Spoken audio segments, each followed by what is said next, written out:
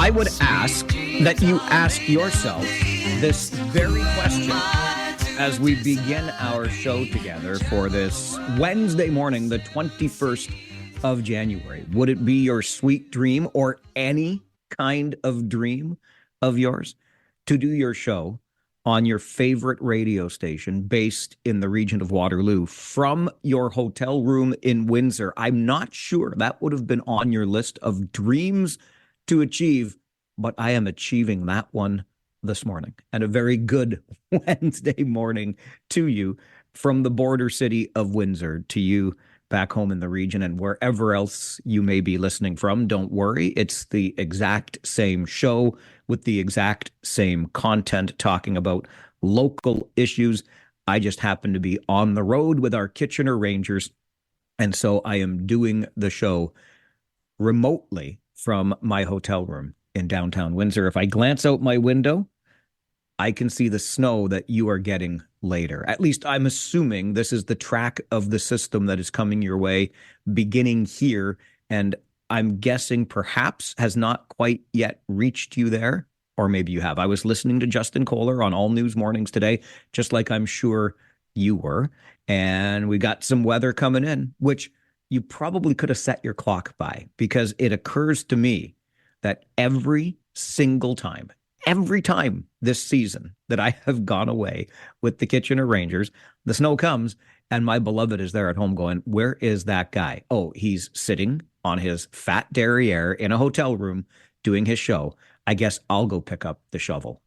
I don't know if there are going to be enough spring flowers in the world for me to make it up to my beloved for all of the times that I've been away when the snow has come home to where I should be most days, except when I'm traveling with the Rangers. There was another reason, by the way, we played Annie Lennox and the Eurythmics to start our show today, because it was on this day in 1983, so 43 years ago, this January the 21st, that Sweet Dreams Are Made of This was released, and it would go to number 2 on the music charts in the UK. 6 months later, it was number 1 in the US. But here's another cool bit of trivia about Sweet Dreams Are Made of This. In 2025, it joined YouTube's, are you ready for this, billion views club.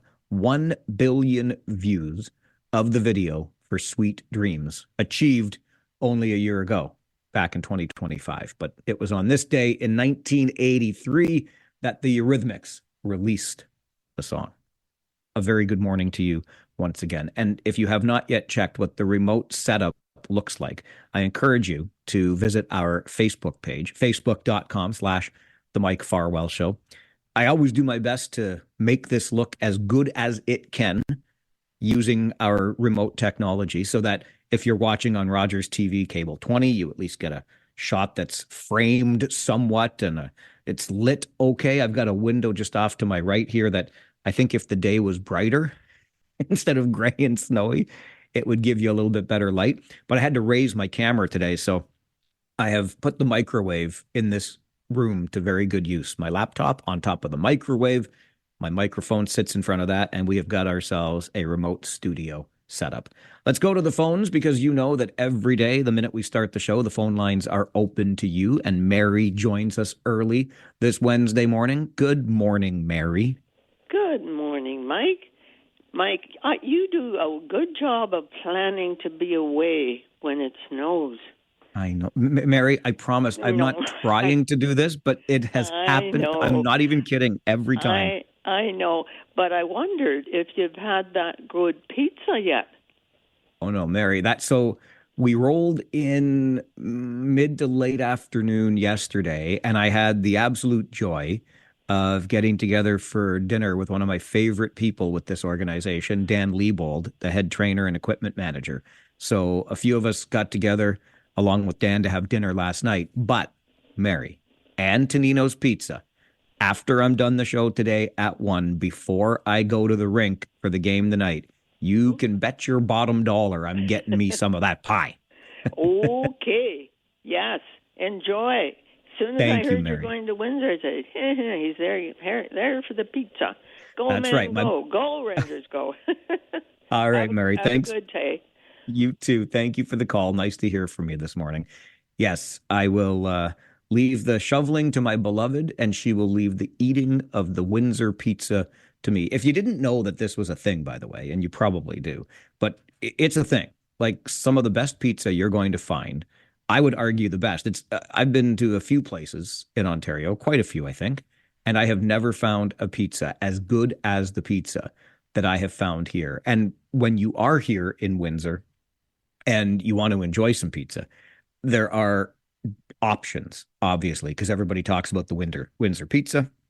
And Armando's is one, but Antonino's is the one that has always jumped off the page to me. If you ever make a trip to Windsor to see a Kitchener Rangers game, I would strongly encourage you to enjoy a slice or more of a pizza from Windsor because it is pretty special stuff. As mentioned, the phone lines open the minute we begin the show every day. You're going to get your opportunity on the Talkback Hour between noon and 1 to weigh in on the issues that we talk about through the day today or anything else that might happen to be on your mind as we follow this weather system from where I am in Windsor through the region as well. Hopefully it doesn't hit us too hard because we got to get ourselves home after the game tonight. But I want to stay in this vein for a moment longer. Weather. I'm not going to complain about it. I told you yesterday. I back that off a little bit as best I can anyway, because I don't want you to think that all this guy does on the show is complain about the weather. But I do want to give a shout out to folks in the city of Cambridge. In fact, the city itself, because if you didn't know, as of this week, cabin fever, the cure is in Cambridge, is underway. And this is an initiative aimed at helping you beat those winter blues while also supporting the businesses in the city because those businesses are participating in cabin fever, which was launched on Monday, aka Blue Monday, this past Monday, the third Monday in January. We talked about it on Monday. Reportedly the most depressing day of the year for a variety of reasons. So the city of Cambridge says, hey, let's do something about this. So cabin fever has been launched and businesses around the city are offering everything from fun classes or activities to participate in, give you some sales on merch or maybe something good and tasty to eat, whatever it is, makes anything worth braving the cold for. So good on you, Cambridge, for the cabin fever initiative. And by all means, do take part in that if you are so inclined. And I say that speaking from experience because when we got here late yesterday afternoon, it was still bright and sunny. I hope it was back home too. But I've been, as you probably know, obsessed, like truly obsessed with the number of steps I'm taking every day. I'm on my mission to keep a 10,000 step average this year. But also because I do suffer a little bit from the challenges that this winter weather presents, I'm basically forcing myself every day after work. Rosie, the pandemic pup, and I'll get out for a walk. And I didn't want that to change yesterday. So with the sun still shining and we probably had an hour or so until sunset, I said to my partner, JP, hey, Piercy, I'm going out for a walk. You can stay here in the hotel if you want, but I'm going to get outside while it's still daylight and sunlight and take a little walk down by the water. Now, let me tell you, I was not dressed as appropriately as I might otherwise have been. It was pretty cold on Tuesday or on Monday. No, Tuesday. Yeah, Monday afternoon. Pardon me. On Monday afternoon, too, with the wind chill and whatnot. But I bundle up in my long johns and everything else to go out for my walk with Rosie. I had no such attire yesterday, but we still braved it. It was very cold. I had a toque, I had some gloves, but I was missing some of the other items that kept me warmer when I was walking Rosie the day before. Still glad, though, that I got out and did it. So do please take advantage of what Cambridge has to offer with cabin fever. And even if it's kind of forcing yourself, get outside. I know the weather's not ideal, but it's worth it to at least get some fresh air into your lungs, even if it's for 10 or 15 minutes. We had a nice, close to an hour-long walk down by the water yesterday and came back mighty frigid, I will tell you that. Some other things I have to kind of tie a bow on because I neglected to do so in recent shows. One of them that maybe you didn't realize that yesterday I had to leave early so I could catch the bus to get here for the game with the Rangers tonight. So the last hour of the show was a replay of a previous talkback hour. And yes, there was a little bit of a technical glitch that happened somewhere along the lines. I wish I could have helped you fix it, but I know our team got it taken care of pretty quickly and figured out what the problem was. I was joking all day that this is what happens when I leave the station. All heck breaks loose. I mean, come on. I wish I could have stayed and had that hour with you, but we will have that hour on Talkback today. And going back about a week when we had that big snowstorm, and it was the unexpected one in Kitchener, right? I remember coming out of my house in the morning and stepping into snow that was deeper than my Sorel boots that I had on. And that's a pretty high boot, right? So I got snow right down the boot, and I got to work, and the cuffs of my pants were still very wet from all the time I spent trudging through the snow, cleaning off the cars, et cetera, et cetera. And Norma had sent me an email to Mike at 570news.com and said, I never gave the update at the end of the show. Because when I started the show on that snowy morning, I said, I wonder if the cuffs of my pants will dry before the show is done, because it was not a great start to the day. Indeed, Norma, the pants did dry, and I should have updated you about that last week during the show. But when I finished the show and put my boots back on, the liner inside the boot had not dried, and I got cold and wet all over again. But I'm sorry I didn't close the loop on that one for you a week ago, but thanks for following up, Norma. And I also have this email from Annie that I wanted to share because, listen, I'm not complaining about the weather. It's something that we're talking about today with the system coming in. And Annie writes an email to Mike at 570news.com. Subject line, rant, snow. And Annie's email reads as follows. So, I have an issue. The city, take your pick, declares a snow event, which means no parking vehicles on the street. The snowplows come and they fill in your driveway. You cannot get into your driveway because the city plows have filled it with huge chunks of snow. You cannot park your vehicle on the street even when trying to clear your driveway. So what do you do?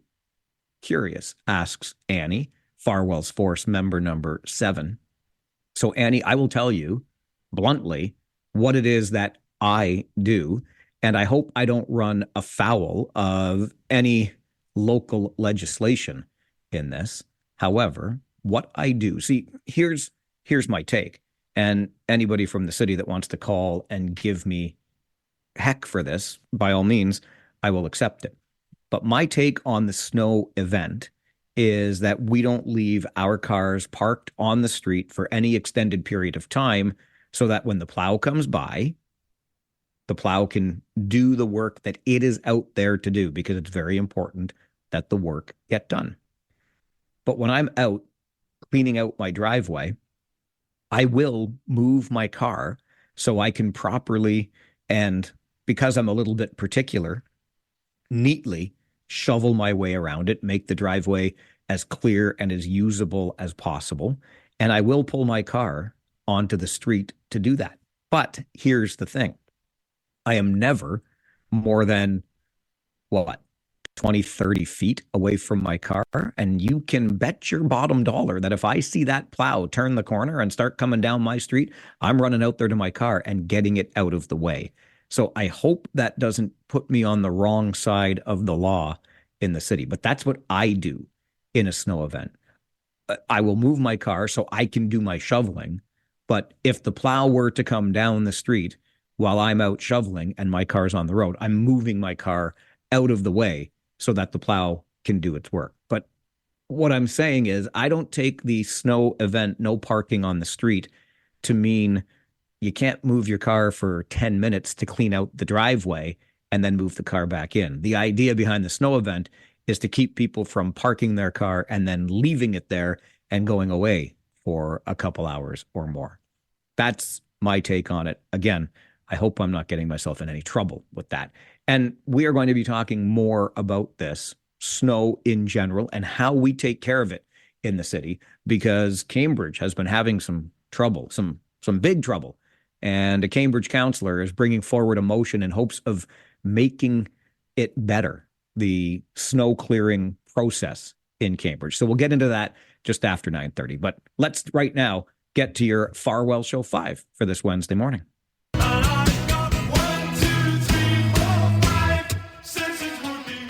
And we will start, of course, at the beginning, which is number 1. And the head of Waterloo Region's Economic Development Corporation is warning that local investment is at risk while we try to solve our water problems. Tony Lamantia told a meeting of the local Home Builders Association that one company is delaying its move into a new 300,000 square foot space, while another is putting a planned expansion on hold.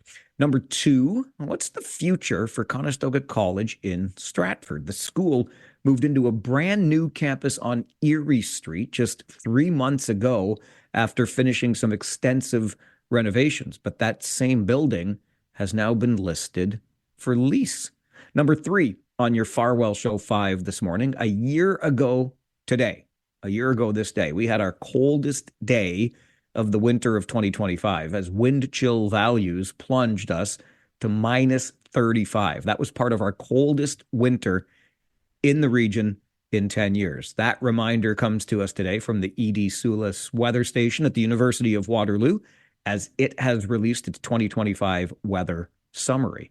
That annual summary also shows that the snow we got in November and December of 2025, so this winter essentially, has already added up to more than half of what we usually see in an entire winter. So all of the snow that we're getting today and we've already had in January, just what we got in November and December of 2025 for this calendar winter, if you will, we've already had more than half of what we see in the entire winter. Now, I've got a little birdie that tells me we might see a minus 30 overnight temperature in the region later this week. But if you're looking for a little bit of hope, the overall temperature in 2025 for the 5 months between March and July were the second warmest in the history of the region, where records go back over 100 years. Number 4 on your Farwell Show 5 this morning, U.S. President Donald Trump will deliver a speech today at the World Economic Forum in Switzerland, where his tariff threats and vows to take over Greenland have already created a bit of a stir. U.S. Commerce Secretary Howard Lutnick says Trump's message today will be that globalization has failed the West and the United States of America. Trump's speech today follows Prime Minister Carney's address yesterday that you may have heard a little bit about. I was actually reading the transcript of that while I was on the bus ride here yesterday because it was making the rounds. People were pretty impressed, saying the speech by Prime Minister Carney yesterday was one of the best ever at the forum and addressed to fellow world leaders. And we'll play a portion of that speech from Prime Minister Carney on the show in about an hour's time, around 10:15 this morning. And number 5 on your Farwell Show 5 this Wednesday morning, we need names for 7 new snowplows in Kitchener. And you get to pick your favorites from a list of 12, the names to choose from. And I like a few of these, so I thought I'd share them with you. The 12 names, and you can choose 7 for the name of our new plows in Kitchener. Lederplausen, that's pretty good. Snotus and Snowphilia, you know, our swans, Otis and Ophelia. Sub-Zero Hero, the Lean Mean Plowing Machine, the Snowbliterator. I didn't even think about how much that one might make me laugh. The Snowbliterator. Blade Runner. Shout out to the original movie with Harrison Ford, okay? Hippoplaudamus. Kaplow. I kind of dig it. Lord of the Wing. Plowy McPlowface, because, of course. Roadrunner. Meep, meep. The Abominable Snowman. Those are the 12 choices. You get to pick as many as 7, and you can cast your vote at engagewr.ca.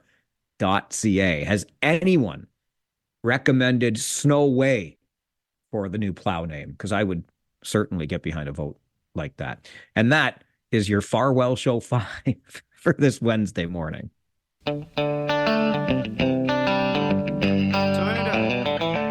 All right, whether I'm in studio in Kitchener or on the road in Windsor, your morning wake-up call happens right after this quick timeout. And Either you can make it or I will, as we continue the Mike Farwell show this morning. This is 570 News Radio and Rogers TV.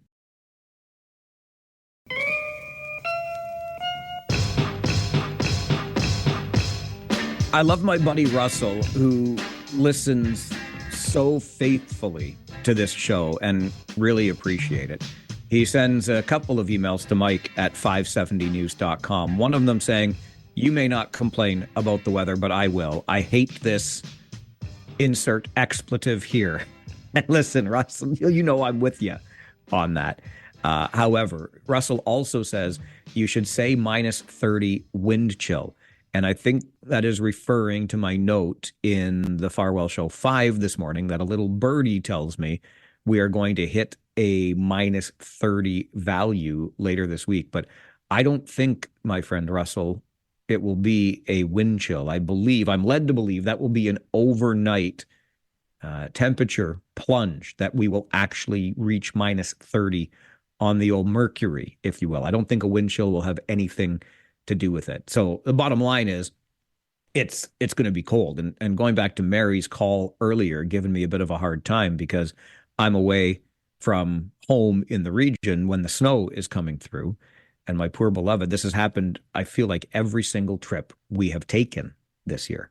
So set your calendar for Saturday, because we're going to be out of town again with the Kitchener Rangers on the road in Erie. And so sure as the day is long, I'm sure you'll get some snow back home then when I'm not there to shovel it. Carol sends an email to Mike at 570news.com with a suggestion for one of Kitchener's snowplow names. Get her done. They do get the job done, although I like your suggestion, Carol. But I am a little bit concerned, and I'm not the only one, about how those plows have been getting the job done in Cambridge. So we're going to talk about that right after the 9:30 update, and lots more on the show today, including what I already shared with you about a little bit of Prime Minister Carney's speech in Switzerland yesterday that is generating still this morning all kinds of attention. People really liked it. They really, really liked it. So you'll get to hear a little bit of that before 10:30 this morning. It's a Wednesday, so that means at 10 we are minding Ottawa's business with the Blacklocks reporter. At 11, we're going to talk about a parking garage in downtown Kitchener that is being considered for heritage designation, a parking garage, which I find very interesting. And at 11:30, in honor of being on the road with the Rangers today, and something that has come up a few times, you may recall I got the chance a couple of weeks ago to talk to Brian Bellows, the former Kitchener Rangers captain, when he was enshrined in the Kitchener Rangers level of legacy. And if you missed my conversation with him at the Rangers game that night, you're going to get to hear it on the show this morning at 11:30. I really enjoyed the conversation. I'm still coming down from cloud 9 after having had it, but we'll do that for you on the show today as well. It's the Mike Farwell Show on 570 News Radio and Rogers TV.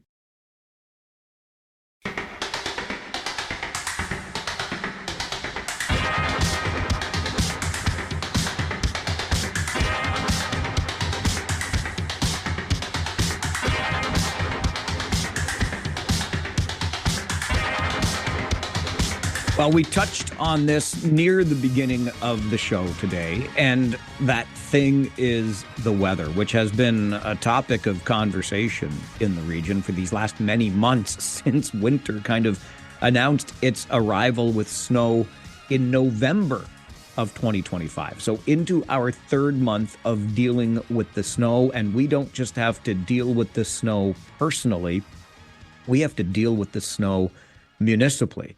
And I know in Cambridge there have been concerns expressed. I saw one Cambridge City Councillor, Corey Kimpson for Ward 3, posting her journey, her experiences on social media as she went out and checked in on roads that residents in her ward were complaining about. Poor clearance, too much ice, etc. And she went out to look at it firsthand to get a sense of what the city might be able to do to help. And I think Ward 1 Councillor Helen Schwery is in a similar position. The number of complaints are leading Councillor Schwery to bring a motion to council in the next couple of weeks to talk about snow clearing. And Councillor Schwery joins our show this morning. Helen, good morning. Good morning, Mike. What is it that you have been hearing that motivated you to bring forward this notice of motion? Well, I heard about it a little bit last year, but it's now exploded this year. Yes, we've had a lot of snow, but hey, we live in Canada, and our city should be prepared. So residents are frustrated, and a lot of the comments are, I'm paying high taxes, and I expect my roads to be cleared, and sidewalks, and salted. And I agree with them. They want their taxes to fund the basics. And people need to go where they need to go safely, whether they're driving or they're walking. But ice and snow is a major issue. And our provincial minimum standards is not enough for our residents. We have to plow, we have to salt properly, and also it's very difficult and unsafe to walk on the icy sidewalks. And it's worse on roads without sidewalks, especially for residential streets that aren't plowed. Like, for example, it's very dangerous for seniors and parents with strollers and those with mobility issues. And as an example, I've been asking, like, I'm very passionate about road safety, and I was since, I canvassed and what I heard from residents, and they just want sometimes simple safety measures. So I would say we need speed bumps. All the people ask me for speed bumps, and then I'm told, well, it's too expensive and will slow emergency vehicles. Well, ice and snow will slow them more, and some residents have emailed me, and as you may have read from other medias, they've witnessed emergency vehicles not getting through. So safety concerns can't be dismissed. So I'm, again, passionate about advocating for residents. Just as an example, I have on the 29th of January, I have a Ward 1 Regional Roads meeting at City Hall. A few residents met with the regional staff back in June, and this meeting is a follow-up to that to see what regional staff is going to do about their concerns. So I sure hope they show up to our meeting. But at the end of the day, residents want core infrastructure prioritized over social programs they have little say in. And budgeting is all about priorities. Just like our families do every day, the city needs to pay for essentials before extras. So what I'm asking now for staff, just to give them a chance, I want them to be able to explain all to the residents what they're doing and come back and give us a range of options to increase the level of service and give us, for example, more timely snow removal and to add salting of residential roads and city sidewalks, all city sidewalks, because apparently now they don't do them all, from what I've heard. So that's what I want, because that's what people are wanting, and they should get it.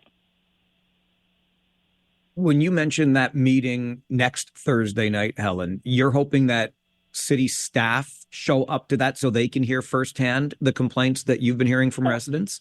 So this particular meeting is for regional roads. So I'm hoping regional staff, because they came to our first meeting in June of 2025, and I arranged a meeting, and certain residential neighborhoods, certain people from different groups came out and just told them and businesses, not just residents, told them of concerns on some of the regional roads, which were like Maple Grove, Fountain, Speedsville, Blair, some of those roads where people were very, very concerned about safety. So that's what that meeting is about. I've just brought it up to tell you, yes, snow and ice are very concerning, but there's so many other concerning issues. So I just put a plug in for that meeting on the 29th, because it's about regional roads. You also mentioned sidewalks. Are you of the mind, Helen, that the city should be responsible for clearing all sidewalks in the city? No. If it's on private property, like if in front of my home, I'm responsible for clearing that. I'm talking about city sidewalks, all of them. That's the sidewalks I'm talking about. Because some people can't even get to, for example, the bus stops. So the city sidewalks need to be cleared. When I'm talking the city owned or the sidewalks, the city would be responsible. There's no question, and you did mention this at the outset, it has been a particularly difficult winter so far. What is your sense, or do you have any at all at this point, of why Cambridge seems to be falling short in snow clearing this year? I'm not sure, which is why I want the city staff, I want to be fair and let them respond.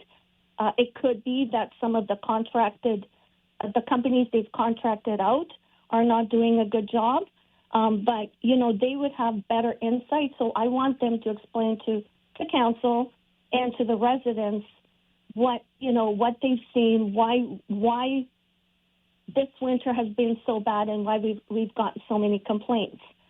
But at the same time, I want residential roads to be salted as well. And I feel like a lot of the other councils you mentioned, Councillor Kimpson, Councillor Mehta is seconding this motion. I've talked to others, and they, I think, clearly feel the same way I do.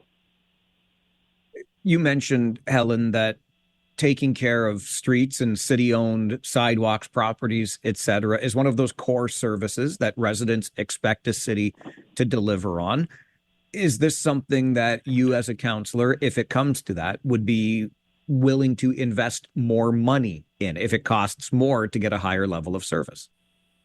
I don't feel we need to invest any more money because we spend a lot of money on other things that are not core services. We just need to refocus our priorities on core services. And just like I said, like families, you and I and every family in Cambridge has to do the same thing.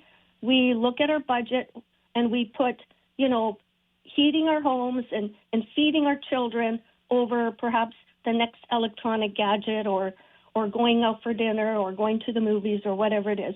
So it's just a matter of reprioritizing. And I don't believe one bit that we need to increase taxes at all. Helen, I appreciate your time on the show today. We'll look forward to watching the discussion when the motion comes to council. Thank you for being here. My pleasure. Take care. You as well. Bye-bye. Helen Schwery is the Ward 1 councillor in the city of Cambridge and shares the concerns that she has heard from you as residents of Cambridge. And it will come as no secret to you, if you've listened to this show for more than a minute, that what Councillor Schwery is hearing in Cambridge is not dissimilar to what we've been hearing on the show so far this winter. And I was that guy. And I kind of joked with you the other day. Maybe I missed my opportunity to allow you and for all of us to collectively just kind of jump onto the snowplow bashing bandwagon, if you will, because there was a lot of frustration expressed, particularly last Thursday when we got an unexpected dumping of snow. Well, the snow was expected. The amount of snow that we got was unexpected. And I was asking to, give our plow operators, our snow clearing crews, a bit of a mulligan here. It's been a tough winter. I don't know what the sidewalk looks like in front of your house or what your driveway, the condition of that is this winter.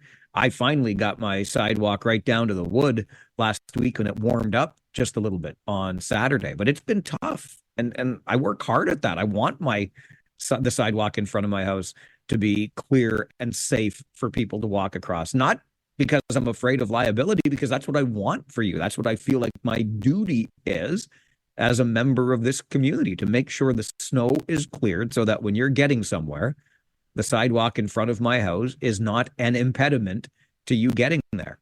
But there was a great deal of frustration expressed last week on the show. And in Cambridge in particular, it seems to have been a going concern throughout this winter. Remember, earlier, even before the big storm last week, the city of Cambridge was extending snow events, trying to get more time for plows to get out there and do their work, etc., because that's how challenging things seemed to be for whatever reason in Cambridge. And you may have heard Councillor Schwery refer to the absolutely frightening situation that a family in the Hespeler part of Cambridge faced when it was Edward Street, where it was so icy on a hill that when they called 911 to have paramedics respond to get their daughter to the hospital, the road was so difficult to navigate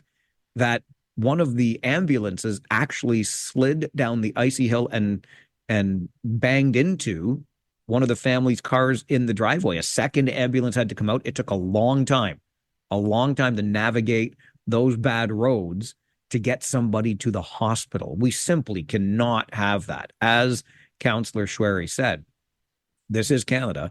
We should know how to deal with this by now, but for whatever reason, we're having some trouble. So I'd love to hear from you about what your neighborhood is like, what your experience has been as a transit user, as a homeowner, the street that you live on, the streets that you use to get to and from work, school, whatever it is. When you're traveling around our region, what have you experienced this winter? Where do we need to be doing a better job when it comes to snow and ice clearing?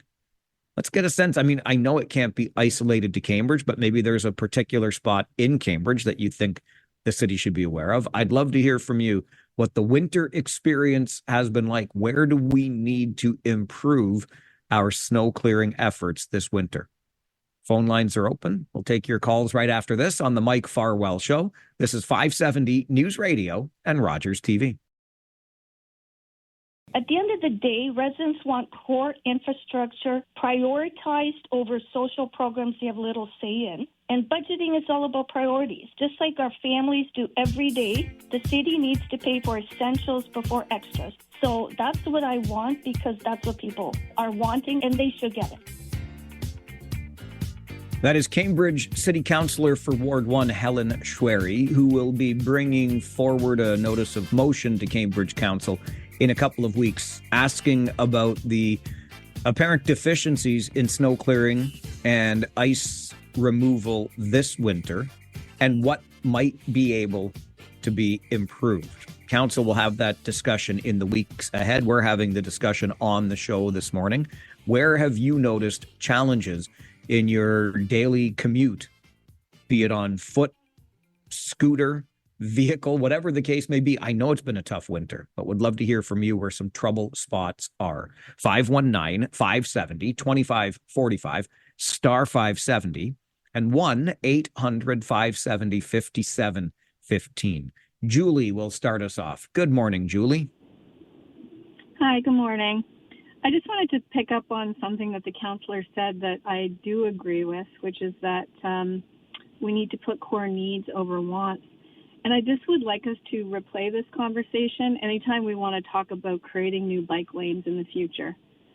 The cost of those bike lanes, the maintenance of the bike lanes, they play into all of the things that this conversation is about, which is about road safety, prioritizing people's ability to get to work. And we seem to forget those things in the summertime or at other times of the year when we're talking about things like a want. We have lots of natural trails in the region. I'm in Waterloo, so I'm not in Cambridge. I can't speak specifically to Cambridge, but we have lots of trails for bikers, lots of ways for people to get to work with the LRT and the huge investment that's been made in that. Roads are for driving, and cities, the snow plowing, they prioritize areas like buses. My experience in Waterloo has been it's a Canadian winter. There's snow on the road. You know, everybody's doing the best they can. There is no more money. You can't get blood from a stone. So you have to prioritize. Julie, I appreciate the call. I hear where you're coming from, and I remember winters past where we expressed frustration that the bike lanes were getting plowed on a priority basis ahead of the roads where the four-wheeled vehicles were. I would say that roads are not just for cars and driving. I have no problem with bicycles being out there, other mobility devices, people walking if there's no sidewalk, etc. I think we do have to acknowledge how our community is very much built for the vehicle. That said, I don't disagree that we've gone in Waterloo. You're the bike lane capital of Waterloo region for sure. I don't know that we need the extent of infrastructure that we have created when it comes to bicycling. So I absolutely am with you on that front. And your point about prioritizing core services. I mean, there aren't a lot of things really that cities are responsible for. This is one of them, and I think in some cases they could do a better job. Let's go next to Jeff, who joins us on the show. Jeff, good morning. Hey, Mike, how you doing? I'm all right, thanks. How are you? Not too bad, not too bad. Good. First off, I was wondering, is number 300 taken for your Mike's Force for Good? Jeff, I love you. You know what? I didn't bring my list with me on the road, but I'm almost certain that 300 is gone. Yes. And I think 303 is 301, 302, I think are still there. But any other number that interests you? I'll take 313 then. 313. I'm almost certain. Okay. I'm going to make a note. I do have a pad here, and I'll take it back to the station with me and add Jeff at 313. What's the first letter of your last name, Jeff? L. L. Jeff L. as in Lamb, Tanner Lamb. Okay, 313. Correct, Tanner Lamb, the Kitchener Ranger. Okay, that's taken care of. I got you, buddy. Thanks. So I'm just calling in terms of the snow removal. Yep. One of the main things that we've noticed, like I live on a cul-de-sac, and I've talked to other people that also live on courts as well.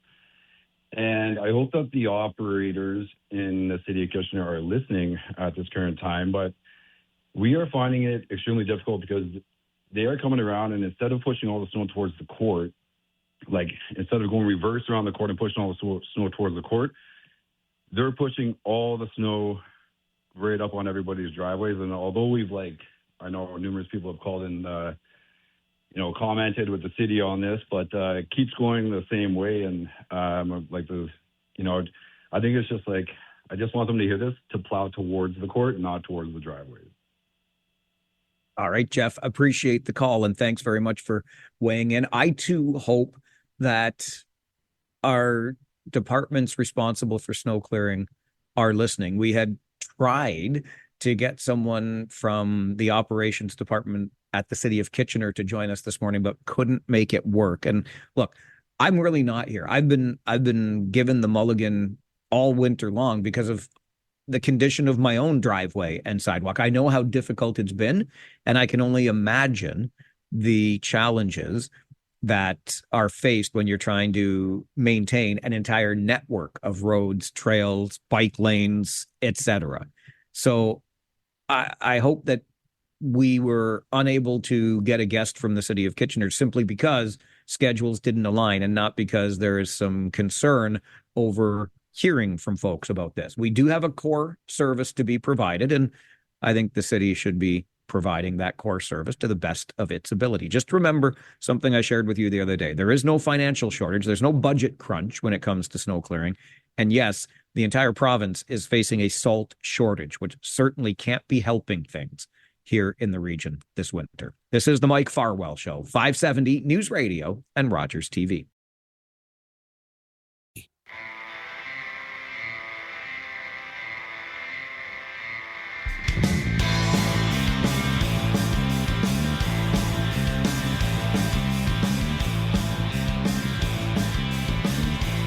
Wednesday mornings at this time, we check in with our friends in the nation's capital. And by friends, I mean the Black Box Reporter, the only reporter-owned and operated newsroom covering our nation's capital. Check it out for yourself at blacklocks.ca. It is well worth what you put down for a subscription there, because they are covering Ottawa like nobody else. The managing editor at Blacklocks Reporter is Tom Korski, who joins us for these weekly conversations. Tom, a very good Wednesday morning. Good morning, Mike. Tom, I'm thinking about Ontario Premier Doug Ford, who seems to be of the mind that the feds are making a strategic miscalculation on the Chinese EV deal? Because according to Doug Ford, there are 70 seats in the province of Ontario. What do you make of Premier Ford's commentary about this Chinese EV deal? Well, it is, I think, a statement of fact that no prime minister before Carney has done what he did in Beijing last Friday when he announced what is essentially tariff-free, very low tariff, 6%, essentially tariff-free access to the Canadian auto market for Chinese battery electric vehicles. Their quota, 49,000 vehicles, doesn't sound like a lot, but we don't buy a lot of battery electric cars in Canada, period. The official figures have averaged 100,000, about 108,000 battery electrics sold in Canada a year for the last 5 years. And 2025 was a terrible year. That's why we go with the average. So he's granted the Chinese factories, these are state-subsidized factories, access to about half the electric battery market. Premier Ford points out, and this is documented, the reason they can sell a $35,000 car is not because the Chinese are like a master race of auto technology. They pay their workers $6 a day.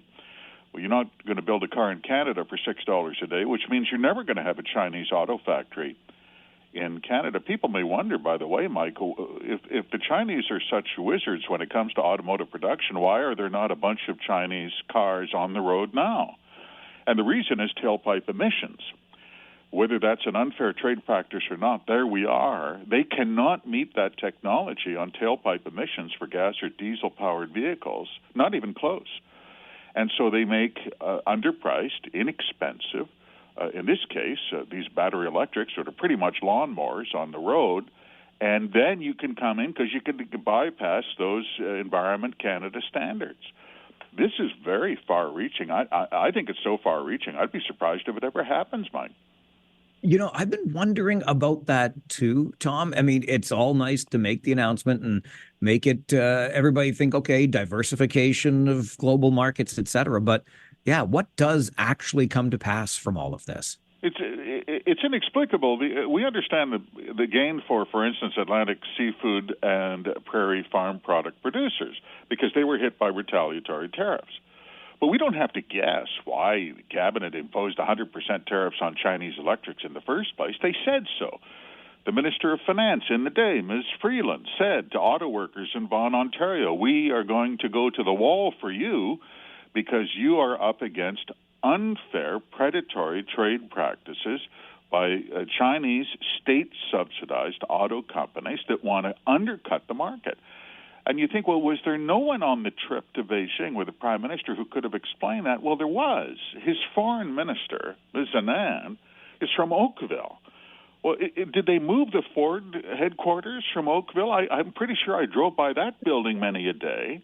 Ford Motors can explain to their MP, the Minister of Foreign Affairs, why they can't compete with, forgive my language, Chinese slave-made cars at $6 a day. You can't do it. And it's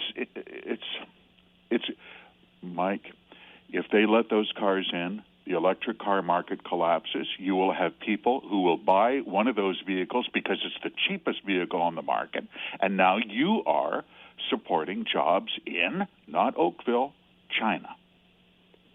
Yeah, when you start connecting the dots, very well done, as always, from our friends at Blacklocks. Okay, we saw last week, Tom, that a court ruled the Fed's application of the Emergency Act was unreasonable in their attempt to clear the Freedom Convoy. But what if there's any Freedom Convoy appeal to the Supreme Court? Any concerns there? There are concerns, and it's expressed by some lawyers. And by the way, I think you have to have a bit of jam to protest because you're going up against the Chief Justice of the Supreme Court, Justice Wagner. And the courts don't tend to like that.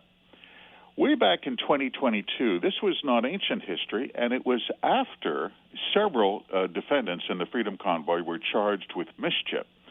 The Chief Justice, for some reason, decided to give an interview to a Quebec newspaper, Le Devoir, and he had opinions about the defendants. Remember, they were already facing charges in Ontario Superior Court. What did he say? I quote him, What we saw on Wellington Street, that's the main drag just outside the Supreme Court building leading to Parliament Hill, difference of about 2 blocks. What we saw on Wellington Street, he said, was the beginning of anarchy, where certain people decided to take other citizens hostage, to take the law into their own hands. End of quote.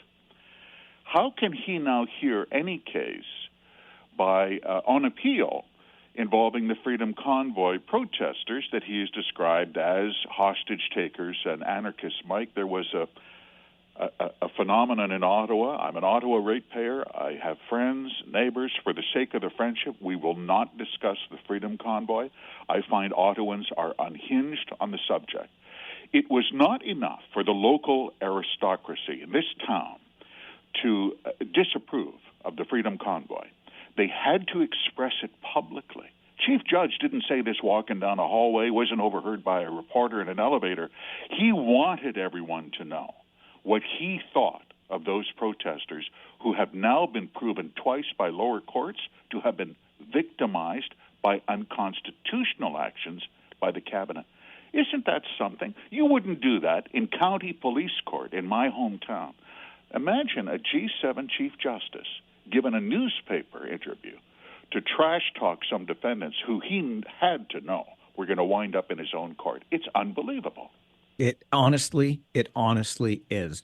Okay, we know that among other things, those folks involved in the Freedom Convoy were opposed to vaccine mandates, but does Health Canada now acknowledge that COVID shots, Tom, caused hardship for some anyway? They do indeed. They set up a $75 million compensation fund. The managers they hired, the consultants they hired, will not disclose updated statistics. But there have been thousands of claims. By the way, the compensation fund covers medical expenses and in some case funeral expenses. There were incomplete figures in the day, but the Public Health Agency, admittedly, there were millions of people who received shots. They counted more than 10,000 what they called serious adverse reactions, including death. 442 deaths before they stopped counting. There were other strokes, heart attacks, facial paralysis, spontaneous abortions. Now the Public Health Agency is taking management of the compensation fund. There's been complaints of slow and inept treatment of claims. But they do say in a memo we have run across that there has been frustration and hardship caused for people who were harmed by taking Health Canada's advice. Mike, it was a far-reaching event, that whole pandemic lockdown era. Isn't it funny? All these years later, we're still dealing with the fallout. Yeah, we certainly are. And we've been talking about it quite a bit based on that ruling last week on the Emergencies Act, et cetera. And I honestly thought, Tom, I figured we'd be litigating this into the future. I wasn't so sure it would be as near a future. I feel like we just got out of it, but here we are now already coming to realize and coming to terms with, oh boy, there was a lot of overreach going on for a few years, wasn't there? There absolutely was. And there was, you talk about the far-reaching effects. We saw some internal research just the other day by the Public Health Agency, and they identified, this is a rational response, by the way. These people are not, subterranean internet conspiracy theorists. Rational response by very many Canadians, as polled internally by the Government of Canada, who have a growing mistrust of federal institutions. They do not believe what they are told. It is not sufficient to say, I'm with the government, you do this. That's very corrosive, and it will last for a long, long time. The feds have been very slow to try to regain that trust, Mike.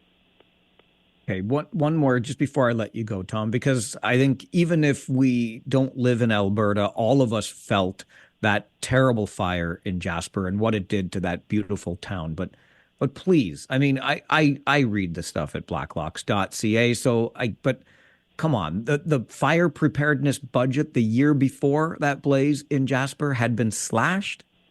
They cut it 23%. The feds blamed climate change when the town burned to the ground. It was over $1 billion in insurance claims. Jasper is a very small town. And they blamed climate change. I can give you the quotes from cabinet ministers who talked about, what the Minister of Emergency Preparedness said, sadly, the Jasper is a victim to climate change. I want everyone to I remind Canadians to look at what climate change can do. No, not so much climate change. What they did have was 500,000 acres of dead pine following a beetle infestation 7 years before. And century-old forest management techniques are to cut down dead trees or have controlled burns before you get a lightning strike that sets a wildfire that'll burn the town, which is exactly what happened in Jasper. It was bad forest management. Who identified this as a key contributing factor to the disaster? The Canadian Forest Service brand new report. Sometimes I wish I read less, Tom, but I'm certainly grateful for what you help us understand at blacklocks.ca. Thank you again, my friend. Thank you, Mike. Tom Korski, managing editor.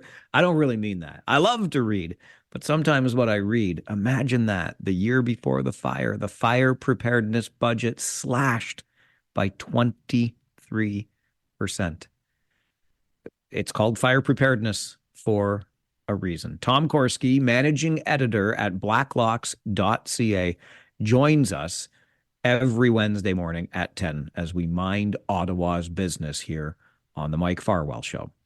Okay, we're going to take a quick break. When we come back, speaking of Ottawa's business, the man in charge in Ottawa, of course, Prime Minister Mark Carney. And as U.S. President Donald Trump takes center stage in Davos, Switzerland at the World Economic Forum today, it was Prime Minister Carney's speech yesterday that is still resonating and making waves, and having some describe it as perhaps the best such address ever delivered by a world leader. We'll let you hear a little bit of it as we continue on the Mike Farwell Show this morning. Stay with us, 570 News Radio and Rogers TV.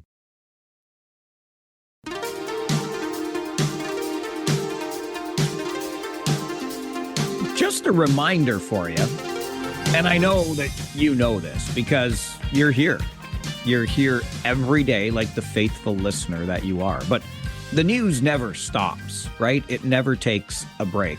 So even when I hop on a bus to come to Windsor for a Kitchener Rangers broadcast, I'm paying attention to the news. What else am I going to do? Just sit there on my derriere?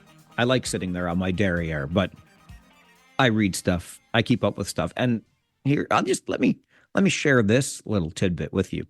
It is a very politically engaged bus. This team, the staff, are very politically engaged. We get into some really interesting conversations. I love it because it is a very engaged staff that leads this Kitchener Rangers hockey club. They're very good coaches too, as you know, by the performance of the team.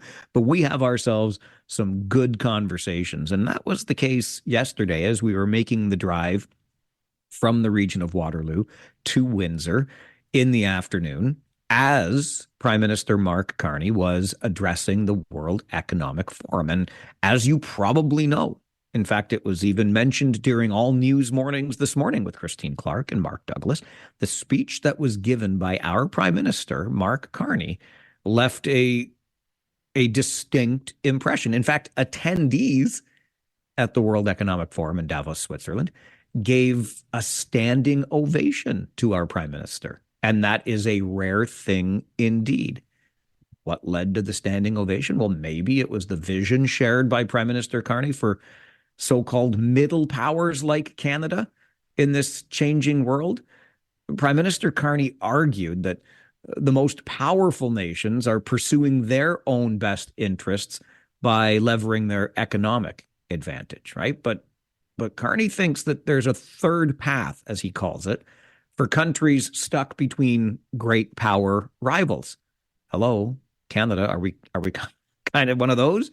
And this third path, according to Prime Minister Carney, involves working together instead of breaking off to try to curry favor with the richest and strongest nation. So all of this concern about getting a deal with the U.S., I get it when it comes to trade and whatnot, but is that moving off this third path then that Prime Minister Carney talks about and kind of looking to curry favor with the big players that you are surrounded by? Here's just a little bit of that speech from Prime Minister Mark Carney at the World Economic Forum yesterday. We are in the midst of a rupture, not a transition. Over the past 2 decades, a series of crises in finance, health, energy, and geopolitics have laid bare the risks of extreme global integration. But more recently, great powers have begun using economic integration as weapons. Tariffs as leverage, financial infrastructure as coercion, supply chains as vulnerabilities to be exploited. Now, Canada was amongst the first to hear the wake-up call, leading us to fundamentally shift our strategic posture. Canadians know that our old, comfortable assumptions that our geography and alliance memberships automatically conferred prosperity and security, that assumption is no longer valid.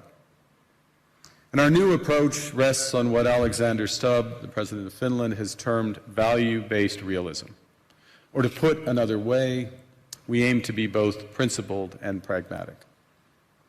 Principled in our commitment to fundamental values, sovereignty, territorial integrity, the prohibition of the use of force except when consistent with the UN Charter, and respect for human rights. And pragmatic in recognizing that progress is often incremental, that interests diverge, that not every partner will share all of our values. So we're engaging broadly, strategically, with open eyes. We actively take on the world as it is, not wait around for a world we wish to be.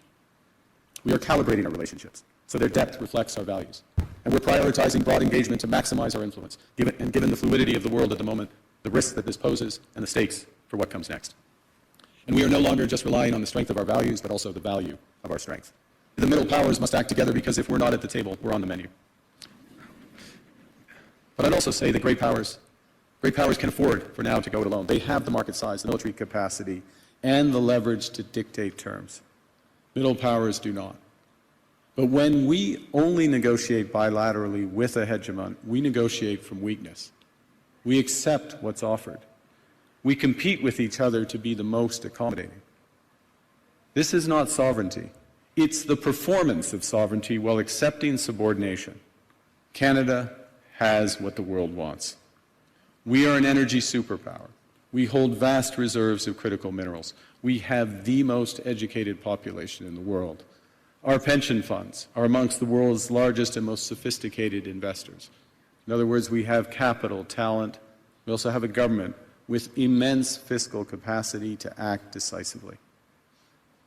And we have the values to which many others aspire.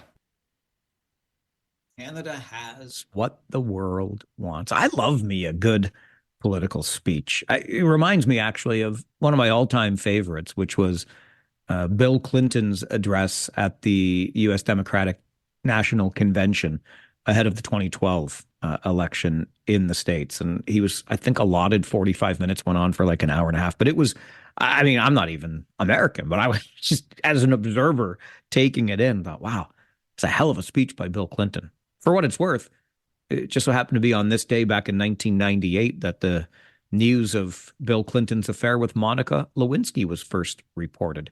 He denied it. Ultimately, we know what happened, and he was impeached for that. But that's a bit of an aside. A little bit from Prime Minister Carney, the speech that got him a standing ovation in Switzerland yesterday. President Trump having his time at the podium today, and we'll continue to update you throughout the day here on 570 News Radio as we continue the Mike Farwell Show. 570 News Radio and Rogers TV.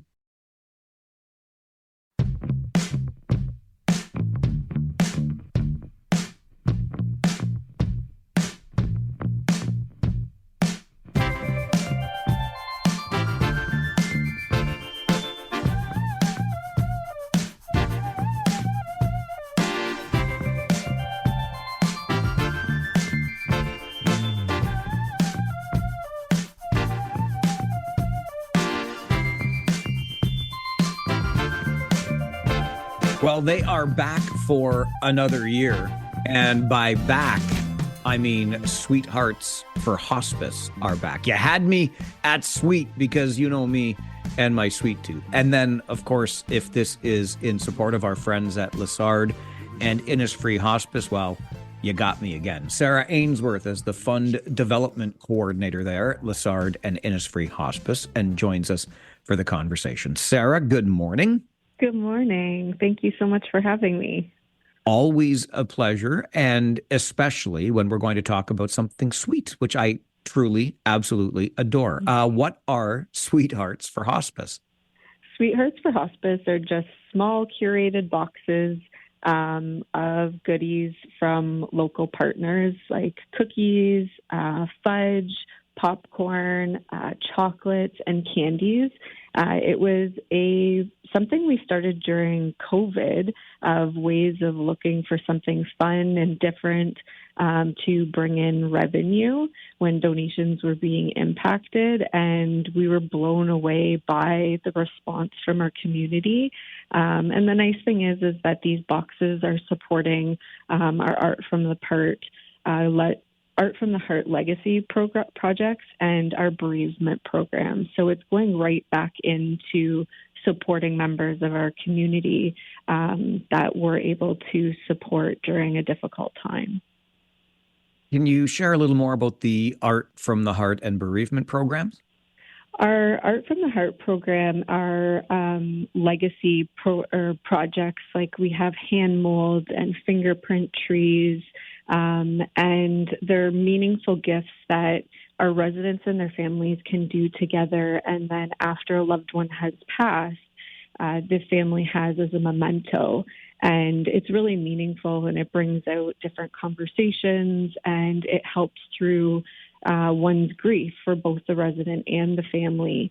And then for our bereavement programs, we offer a drop-in program, Coffee Time, and then we have a facilitated family time on a biweekly basis, as well as bereavement walking group. And we've recently added 2 new programs called Cooking for One, Nourishing Grief, which is a 4-week program, and also Hearts in Harmony Choir.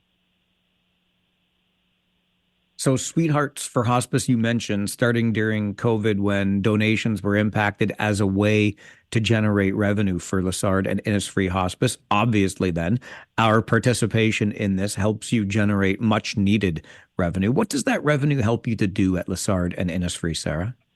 The funds help support the Art from the Heart legacy projects and our bereavement programs, as we don't receive government funding for them. So they are supported through fundraising dollars. Otherwise, we wouldn't be able to provide those additional services. So it's important that, it's something fun, but it's giving back to something that's so meaningful and helps our residents and our families. And it's something different. It can appeal to everyone, where Valentine's Day isn't necessarily going to be for everybody, but they're like, oh, why not? Let's buy something that's going towards a good cause. And yeah, we're just blown away by the support and the feedback that we've received from people. It's a good reminder. Valentine's Day, less than a month away, a little more than 3 weeks now. How can we get our hands on some Sweethearts for Hospice, Sarah? You can go to our website at lessardinnisfree.com, and at the top of the page, there's a button that you can click on and place your order. They're $25 a box. And pickup will be available for these boxes the week of February 9th. People do have the option to pick them up at either one of our locations, Innisfree in Kitchener or Lessard House in Cambridge. And they will get an email closer to that date, just letting them know that they're ready and instructions of where to go and how to pick them up. You mentioned at the outset the sweets that come in this box with cookies and fudge, et cetera. It's got to be a whole lot of fun to curate this thing, doesn't it? Like, I'd be a part of that committee if you ever need help, Sarah. Oh, we would love that. And, this year we have a bunch of high school students that are coming to help assemble the boxes. So part of the requirement for them is getting volunteer hours to graduate. So we're going to have a lot of fun with them of, setting up the boxes, sorting the candy and whatnot. So, yeah, it's fun. Do you happen to know offhand over the years how much you've been able to raise through the Sweethearts for Hospice program? We've been able to raise over $15,000 through the Sweethearts for Hospice campaign. That's awesome. I love to hear that because you did allude to this earlier. I mean, your Art from the Heart program and these bereavement programs that don't get the government funding, this allows you to provide that additional resource to families. But in general, how does Lessard and Innisfree generate its funding? So we do receive 50% of our funding from the government, but the other 50% is through fundraising. So Sweethearts for Hospice, memorial donations, so families including us in an obituary. We also have a hike for hospice in June every year. We'll also be having a casino night fundraiser in April. We do 50-50 campaigns. And then there are a lot of community partners and families that will host events in support of Lessard and Innisfree to pay it back or pay it forward to other families in need that help us achieve the $2 million that we need to raise to be able to offer all these wraparound services that the government funding doesn't support. Yeah, and 2 million is no small number to be reaching into the community to try to generate on an annual basis. And having had the opportunity to work with you in the past, Sarah, I was especially early on just blown away by the experience that an individual has when they are at hospice. Insofar as you'd think, I mean, this is a place where we spend our final days, but these are not dark and dreary places by any stretch. And the impact that it has on families is absolutely tremendous. Does this still surprise you in any way after the years you've spent working there?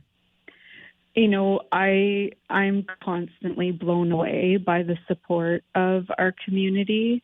It's so heartwarming to work for a place that's doing so much good for people in our community. I've had friends that have needed our services, close family friends, and, you know, knowing the work we do, but then hearing it from the families in another way really goes to show and make us realize why we're here and the importance of the work that we do. And, you know, we could be having a tough day, but there's people out there that are having an even more tough day. And it's really just about being there for one another, supporting one another, and our community continues to show us that year after year in helping us with these Sweethearts boxes and in so many other ways that allow us to continue this important work that we do. We'll remind folks once again, LessardandInnisfree.com. That's the website you can visit. You'll click the button at the top for Sweethearts for Hospice and put in your order, $25 a box. And hey, add it to the flowers on Valentine's Day. Why the heck not? Sarah, thank you so much for the work that you all do there at Lessard and Innisfree. And thank you for joining the show this morning. Thank you, Mike. We really appreciate you and all that you do for us. Sarah Ainsworth, Fund Development Coordinator at Lessard and Innisfree Hospice. Sweethearts for Hospice are back for another year. I paused there for a second because I was thinking about what Sarah said about starting this during the pandemic when reaching out to donors was more difficult, donations were down, and boy, oh boy, the number of times just this week, it's only Wednesday on the show, that we have made reference back to those days, those pandemic days. And I remember early on, I really do. I know I'm going on the bit of a tangent here. It tends to happen with me on the show. But I remember early on in our pandemic lives where I thought, and I know I expressed it on the air, like sometime in the future, we will look back on these days and analyze what went right, what didn't, you know, what was the impact. And I don't think we've yet seen the fullest of the impacts, the furthest reaching impacts. I think there's more to be seen, particularly from our young people who lost a ton in the way of socialization, et cetera. Their growth. These are key parts. They're like milestones in one's human development. So there's that aspect of it. But I didn't think that we would be learning so soon. I mean, we're only a few years removed from the end of it all, the mask mandates and whatnot have you, I didn't think we'd be reviewing it as quickly and seeing so many holes in it, quite frankly, as we have in these last many months as more and more of these stories emerge. Nonetheless, the important thing to take away from this is that Sweethearts for Hospice are back. This is in support of Lassard and Innisfree Hospice in Kitchener and Cambridge, supporting the great work that they do. If you've ever had a family member spend their final days in hospice, you know exactly what these buildings and the people within them mean to our community. So support if you can. It's just a great way to send some sweets to your sweetheart for Valentine's Day, which is less than a month away. And while you're doing that, you're helping out some of these programs that are a part of the important work that Lassard and Innisfree Hospice are doing. So it's lassardandinnisfree.com, and you can see the button right there at the top of the screen. Sweethearts for Hospice. Place your order, and they will be available for pickup starting on February the 9th, which is before Valentine's Day. You know Valentine's Day is February the 14th, right? I'm just trying to help you be prepared. This is the Mike Farwell Show on 570 News Radio and Rogers TV.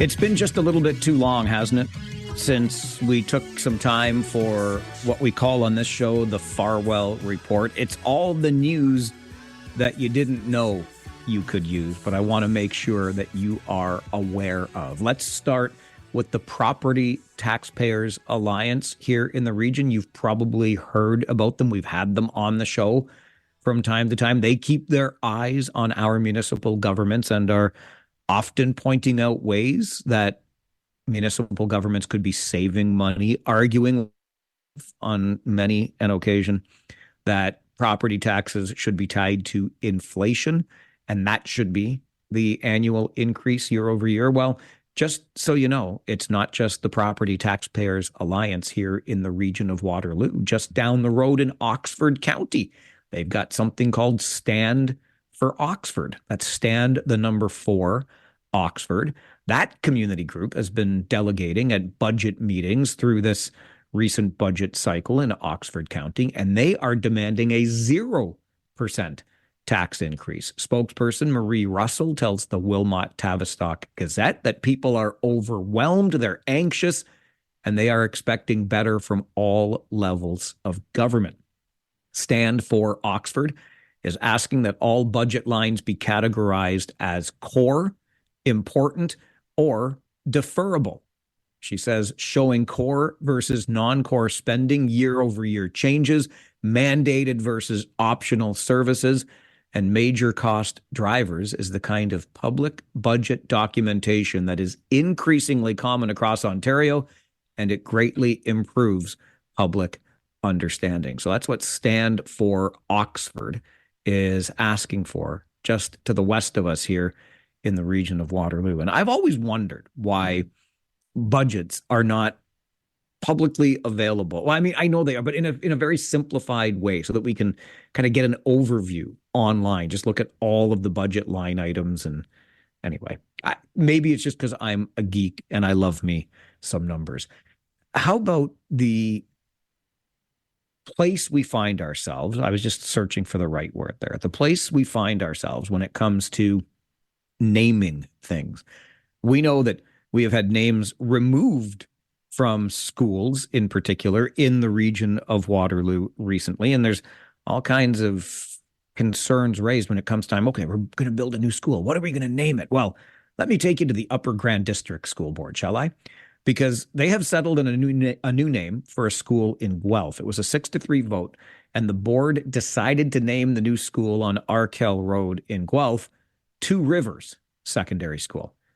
But here's the catch. There is not any body of water anywhere near the school. They're just calling it Two Rivers. We know that the Speed and Aramosa rivers run through Guelph, but neither of those waterways is anywhere near the school location on Arkell Road. Now, the city of Guelph also just so happens to have a Two Rivers neighborhood group, which is in a completely different part of the city and is actually closer to the confluence of those rivers.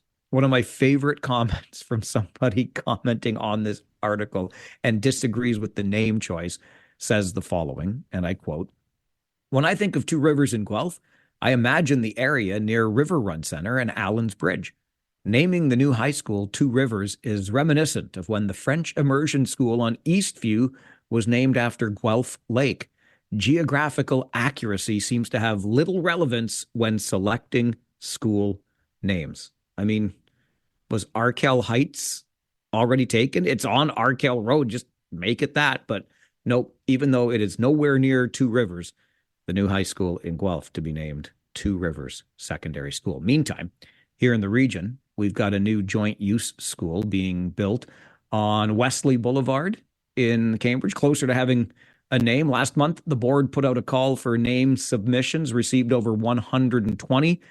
The naming committee has narrowed that list down to 10. The options are Ginnawind Public School, White Pine Public School, Pine Grove Public School, Mill Creek Public School, South Point Public School, Cedar Bridge Public School, Green Gate Public School, Riverstone, Riverlands, and River Banks. You get a chance to vote for your three favorites through an online form. And once the top three names are decided, the favorite will be recommended to, or will be presented to the Board of Trustees, and then they can choose one or make up their own school name if they so choose. Who's with me here? Can we just start naming schools after numbers? How about that? Like, it's school number 1, school number 2, school number 3, or maybe, just maybe, we can name them like we name our pets. Hey, Rosie, I'm going to go to Rosie School today. All right. And finally, because I know this is the news that you didn't know you could use. Did you hear about the driver pulled over in a suburb of Ottawa just the other day? Imagine the surprise when police pulled over this vehicle driving erratically and found a 13-year-old boy at the wheel. That's right. There was a 13-year-old boy at the wheel of a motor vehicle in a suburb of Ottawa. He had some buddies in the car with him. And when the cop pulled him over, the kid explained, I had to go over to this gas station because we needed some candy. That's right. Needed some candy. So, as I said, 13-year-old boy, he's got his buddies in the car with him so they can go get some candy. So that means the buddies in the car were the back suite drivers, right?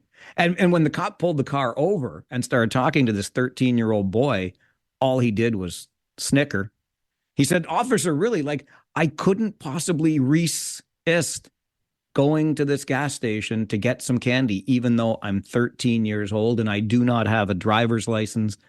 And I know you, like me, fully understand that this police officer, in pulling over a vehicle driving erratically, being operated by a 13-year-old boy, that police officer is absolutely, beyond any shadow of a doubt, a lifesaver."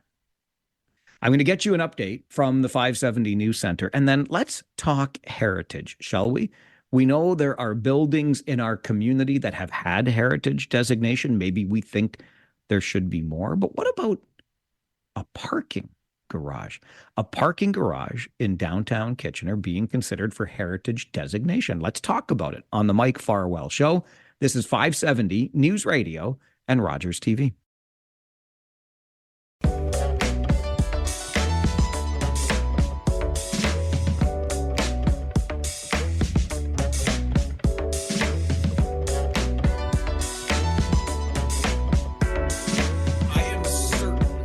You know the parking garage, the Duke Street parking garage. Currently, if I'm not mistaken, it's got kind of a fluorescent green paint job on it. And it's like a little twisty. You know, you go round and round, just like those those things we had when we were kids for our little toy cars. And it sits near the corner of Duke and Ontario in downtown Kitchener, and has for many a decade now. While Kitchener's Heritage Committee is giving this parking garage some consideration and wondering whether or not it should warrant a heritage designation. Rick Haldenby is an associate professor with the University of Waterloo's School of Architecture and joins us for a conversation. Rick, good morning. Good morning, Mike. How are you? I'm doing very well, thank you. How about yourself? I'm fine. I'll just, if I might correct you, that I'm a full professor of architecture at the University of Waterloo and have been for 20 years. Thank you for doing that. I don't know why my note says associate, and that is absolutely something that should be corrected on the record. Thank you for that. No problem. When it comes to this parking garage, I mean, it seems odd, at least from where I'm sitting, that a parking garage would ever be considered as some sort of heritage point in a community. What is it about this parking garage that makes this worthy of conversation and perhaps even designation? Well, I have, I would say, somewhat mixed feelings about this idea of designation in this case.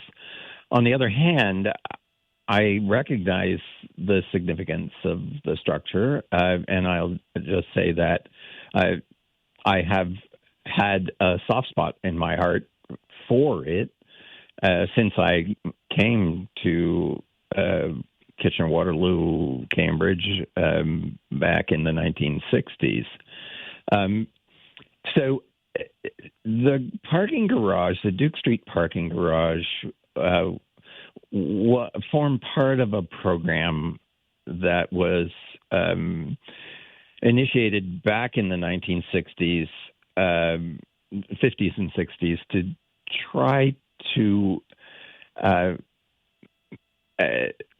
in effect, compensate for the growth of the suburbs, and particularly the suburban shopping malls, first Fairview Mall and then Conestoga Mall, that siphoned off a lot of the life, especially commercial life and retail activity and such, in the downtown core.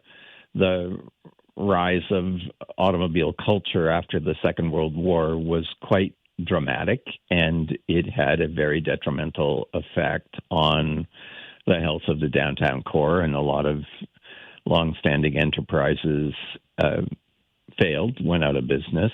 And there was a program, a fairly concerted effort, including, the development of a whole new vision of the Kitchener downtown core, which driven primarily by the desire to make it attractive and to make it accommodate automobiles, which, of course, these core areas were not designed to do. So the main manifestations of this program were eventually the two shopping malls that were built, Market Square and King Center, both of which, of course, catastrophically failed. King Center worse than Market Square, but it's hardly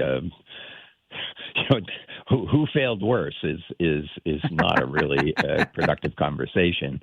And in that, there were some other buildings that are significant. Number one was 305 King Street, the so-called the Waterloo Trust Tower, that was built as the first high-rise. I mean, it's only 12 stories, but the first office tower in downtown Kitchener, and the Duke Street parking garage, which was coupled with the program of creating one-way streets on Duke and Charles, was part of this effort to make the downtown more amenable to automobile traffic. So there's a kind of historic part of this. I mean, on the other hand, in retrospect, the effort to automobilize the downtown core has been seen in many quarters, not just in Kitchener-Waterloo, but all across North America and indeed the world. The idea of taking the historic cores of cities and making them more accessible to automobiles may have been really badly wrong-headed. And a lot of cities, of course, over the last 30 years have gone back to prioritizing public transit and pedestrian and active transportation solutions for their downtown core. So, I mean, the debate is, is this a significant historic building? It actually is a significant historic building. It was one of that first generation of buildings that was trying to adjust the nature of the downtown core to be more accommodating to automobiles. The second is, I suppose you could say architectural, although I think it's worth noting that there were no architects involved in the construction of this building, design or construction of the building. The building was designed by engineers.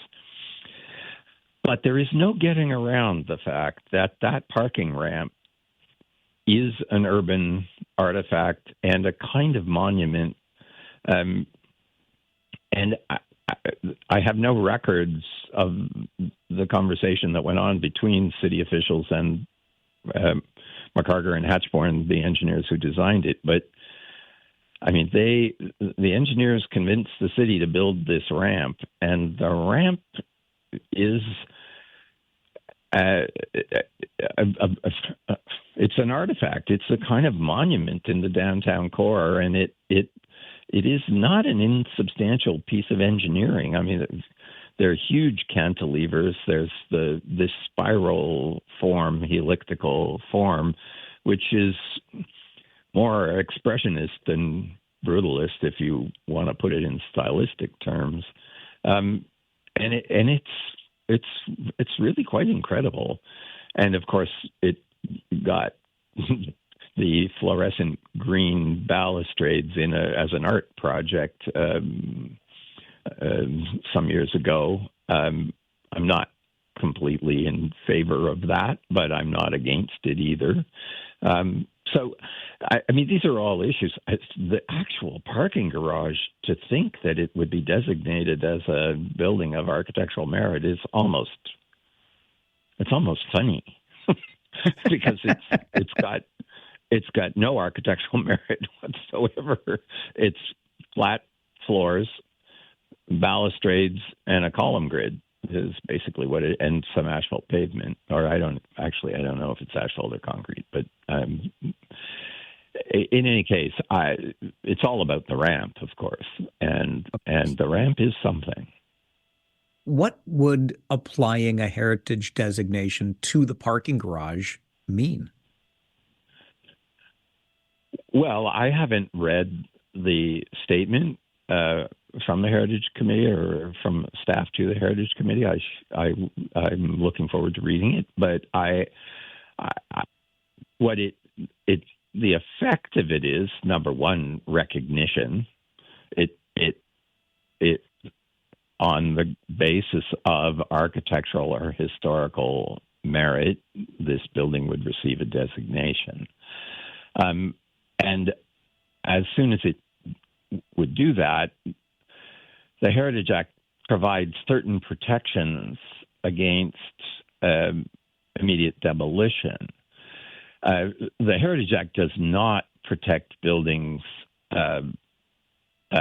permanently against demolition.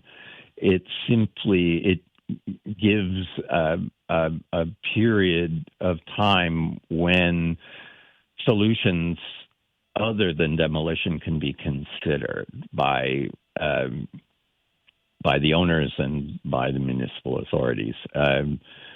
We do not have the kinds of protections that exist in some American and European and other cities and jurisdictions that protect buildings in perpetuity.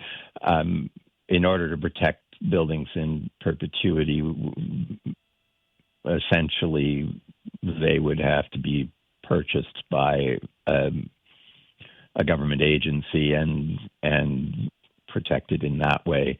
But I mean, our commitment to our built heritage is much less vivid and effective than it is in other jurisdictions. But it does provide some limited protection against kind of immediate demolition. So what is it, Rick, that gives you mixed feelings on the potential designation of this structure as heritage? Well, I think I think it is on the basis of its architectural quality that, the garage itself, the physical garage, which was originally attached to it's actually attached to what's the museum now. It was originally attached to Goudy's department store. And in fact, as you may know, the project went over budget, which I can imagine because that ramp can't have been an easy thing to build. It's a pretty ambitious piece of engineering, actually. And the Goudy's people had to put money into it to actually bring the project to conclusion. That said, I am in favor of designating heritage buildings. I was the chair of Kitchener-Lacac back in the 1970s and 80s, co-chair of Kitchener-Lacac Local Architectural Conservation Advisory Committee. We fought to try to preserve buildings like the former record building on King Street that was demolished eventually to build the Canada Trust building. We fought to preserve the button factory at Cortland and Queen successfully, and it turned into a really successful housing co-op. So my predilection is to preserve heritage buildings and because I believe they're important culturally, but also because I believe, as is often said, that the most environmentally responsible way to go is not to demolish buildings when you can possibly avoid it, and not to put more material in landfills, not to waste the embodied energy in these buildings. But, on the other hand, I have to say that I do have some mixed feelings about designating a structure that is so completely the garage part of this building has no discernible merit beyond the fact that it accommodates its function of accommodating automobiles and standing up. If we go back to the old Roman Vitruvian triad, that good architecture has firmness, commodity, and beauty, this building stands up. It accommodates cars, so that's firmness and commodity. The beauty part of it is all in the ramp. And the ramp is an icon in downtown Kitchener. People remember it when they see it. So which is why I end up saying I have mixed feelings about all this. I would be very sorry to see that ramp go. I wouldn't be so sorry to see the parking garage go. But the ramp without the parking garage doesn't make a whole lot of sense either. So there you go. I'm not adamant one way or the other. I really like the ramp. I've always liked it. I smile when I see it. It speaks to me of a kind of era in which we believed that, quite naively, that we could reconcile historic urban form with the automobile, and it's proven largely not to be true. Yeah, it's such an interesting story. One parking garage, such an interesting and somewhat complex story. Professor Halden B., my apologies again for that error, but appreciate you being on the show this morning. Thank you for being here. Pleasure to talk to you, Mike. Thank you. Rick Halden B. is a professor in the University of Waterloo's School of Architecture, and explains the complicated history of the parking garage that has a ramp that, come on, it's iconic, right? But is it iconic enough to make it a heritage structure? Do we slap the heritage tag on the Duke Street parking garage in downtown Kitchener? I'd like to know what you think. As always, phone lines are open. We'll take your calls after this on the Mike Farwell Show, 570 News Radio and Rogers TV. I really like the ramp. I've always liked it. I smile when I see it. It speaks to me of a kind of era in which we believed that, quite naively, that we could reconcile historic urban form with the automobile, and it's proven largely not to be true. That is Rick Haldenby, a professor at the University of Waterloo's School of Architecture, joining us to talk about that Duke Street parking garage. I know you know it well in downtown Kitchener, and the conversation that's happening around whether or not a heritage designation should be attached to that parking structure. Sean, appreciate the email to Mike at 570news.com. It's not a ramp, it's a helix, Sean says. Correct you are, sir, by definition. I always try to use the $1 word instead of the $10 word because helix sounds a little bit fancy. And I know I fail sometimes in that regard, but just so, helix, it's the ramp that we're talking about there. But Sean, appreciate your $10 brain for sure. And I mean that as a compliment. I really do. Clive's email to Mike at 570news.com says that parking garage is used in city marketing. When I ran tournaments in the region, we would have bus tours of the region highlighting that parking garage. I did not know that. Let's go to the phones and hear from you on this. Frank is with us on the show this morning. Frank, good morning. Good morning, Mike. So many other issues like taxes that would be top of mind for me, but I had to comment on this parking ramp, and I'm like him. I'm not sure whether it should be heritage or not, but from a personal perspective, that ramp was incredible for we young kids in the 60s. We'd spend time driving up and down the helix. We always went down there when it was just too much fun. And sure, we always parked there when we were going to the movies downtown. And, there was a lot of necking going on after the movies there. Hey now. Yeah, well, it was a great spot before you had to take your girlfriend home. And my girlfriend and I got to park there free because my girlfriend's father worked in the cashier's booth. And so that Wait a minute. He wasn't even charging you to go in there and make out with his daughter? I would have charged you double. Well, you would, but he was a nice guy, and he stretched it for me, and it was only a quarter, but it was a big deal because it was a quarter to get into the theater.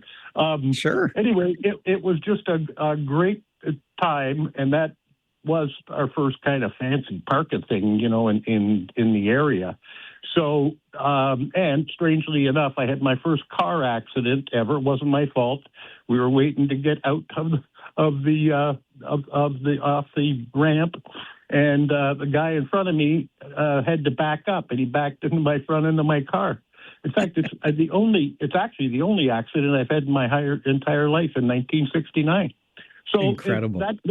That building has got a lot of history for we teenagers in the 60s. I had to share that, Mike. It was just such a good segment, bringing back so many memories.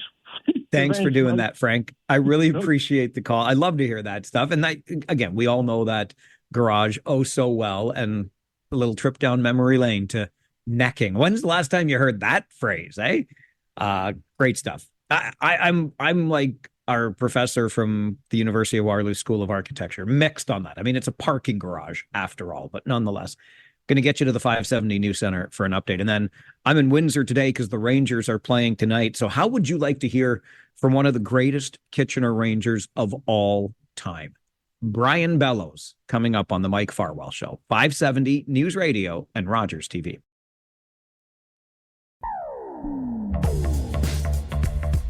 Well, right he is, Matt Hutchison, in our 570 News Center. There is a Kitchener Rangers game tonight. How would you like to spend your Wednesday in Windsor? They said to me one day. And I said, sure, that sounds great. Actually, what they said to me one day is, how would you like to join the Kitchener Rangers broadcast team? And so I did. And that means the occasional Wednesday in Windsor. So here we are. Josh Piercy and I will have Harris Law pregame show coverage coming up tonight at 6:30. Rangers and Spitfires. It is a big game. Maybe we can talk more about that in the next hour, which is open phone lines for Talkback. Usually on Wednesday mornings at this time, Rob Deutschman joins us for a little political R&D, but Rob's work schedule would not allow him to volunteer with me on this show this morning. So I thought, ahead of tonight's big game for the Kitchener Rangers, why don't we hear from one of the biggest names in Kitchener Rangers history? And you may recall a little over a week ago, Brian Bellows was back at the Kitchener Memorial Auditorium, the captain of the first Memorial Cup winning team for the Kitchener Rangers back in 1982, when his name was added to the new Kitchener Rangers level of legacy. So Pete DeBoer, the former coach, goes in first. Brian Bellows, the former captain, both of them Memorial Cup winners. Bellows goes in second. And for me, as a kid growing up in Kitchener and going to Rangers games with his dad, Brian Bellows was larger than life. So I was actually pretty anxious all day long, the day of Brian Bellows's enshrinement into that level of legacy, because I knew I was going to have the chance to talk to him at the game that night. And I was a little bit on pins and needles, but he was everything and then some that I expected. And a few of you have asked since then how it went. So maybe you missed that conversation during the Rangers broadcast that night when Brian Bellows' name was added to that level of legacy. So I thought, it's a game day. Maybe you haven't heard the conversation with Brian Bellows, so why not give you the chance to hear that on the show this morning? So here is my conversation with the second inductee into the Kitchener Rangers level of legacy, Mr. Brian Bellows. Our guest in this second intermission is the man who we are all here in support of tonight, Brian Bellows, enshrined in our level of legacy, the captain of the first Memorial Cup championship team here in Kitchener. First of all, thanks for joining us in the booth. Well, thank you for inviting me. I'm enjoying this whole night. I really am. What's it like for you coming back into this building on a night like tonight? It gives you some chills, and it also reminds you that you did a job they drafted you to do, and I didn't do it by myself, trust me. All the accolades really should go to Mike Penny for putting that team together.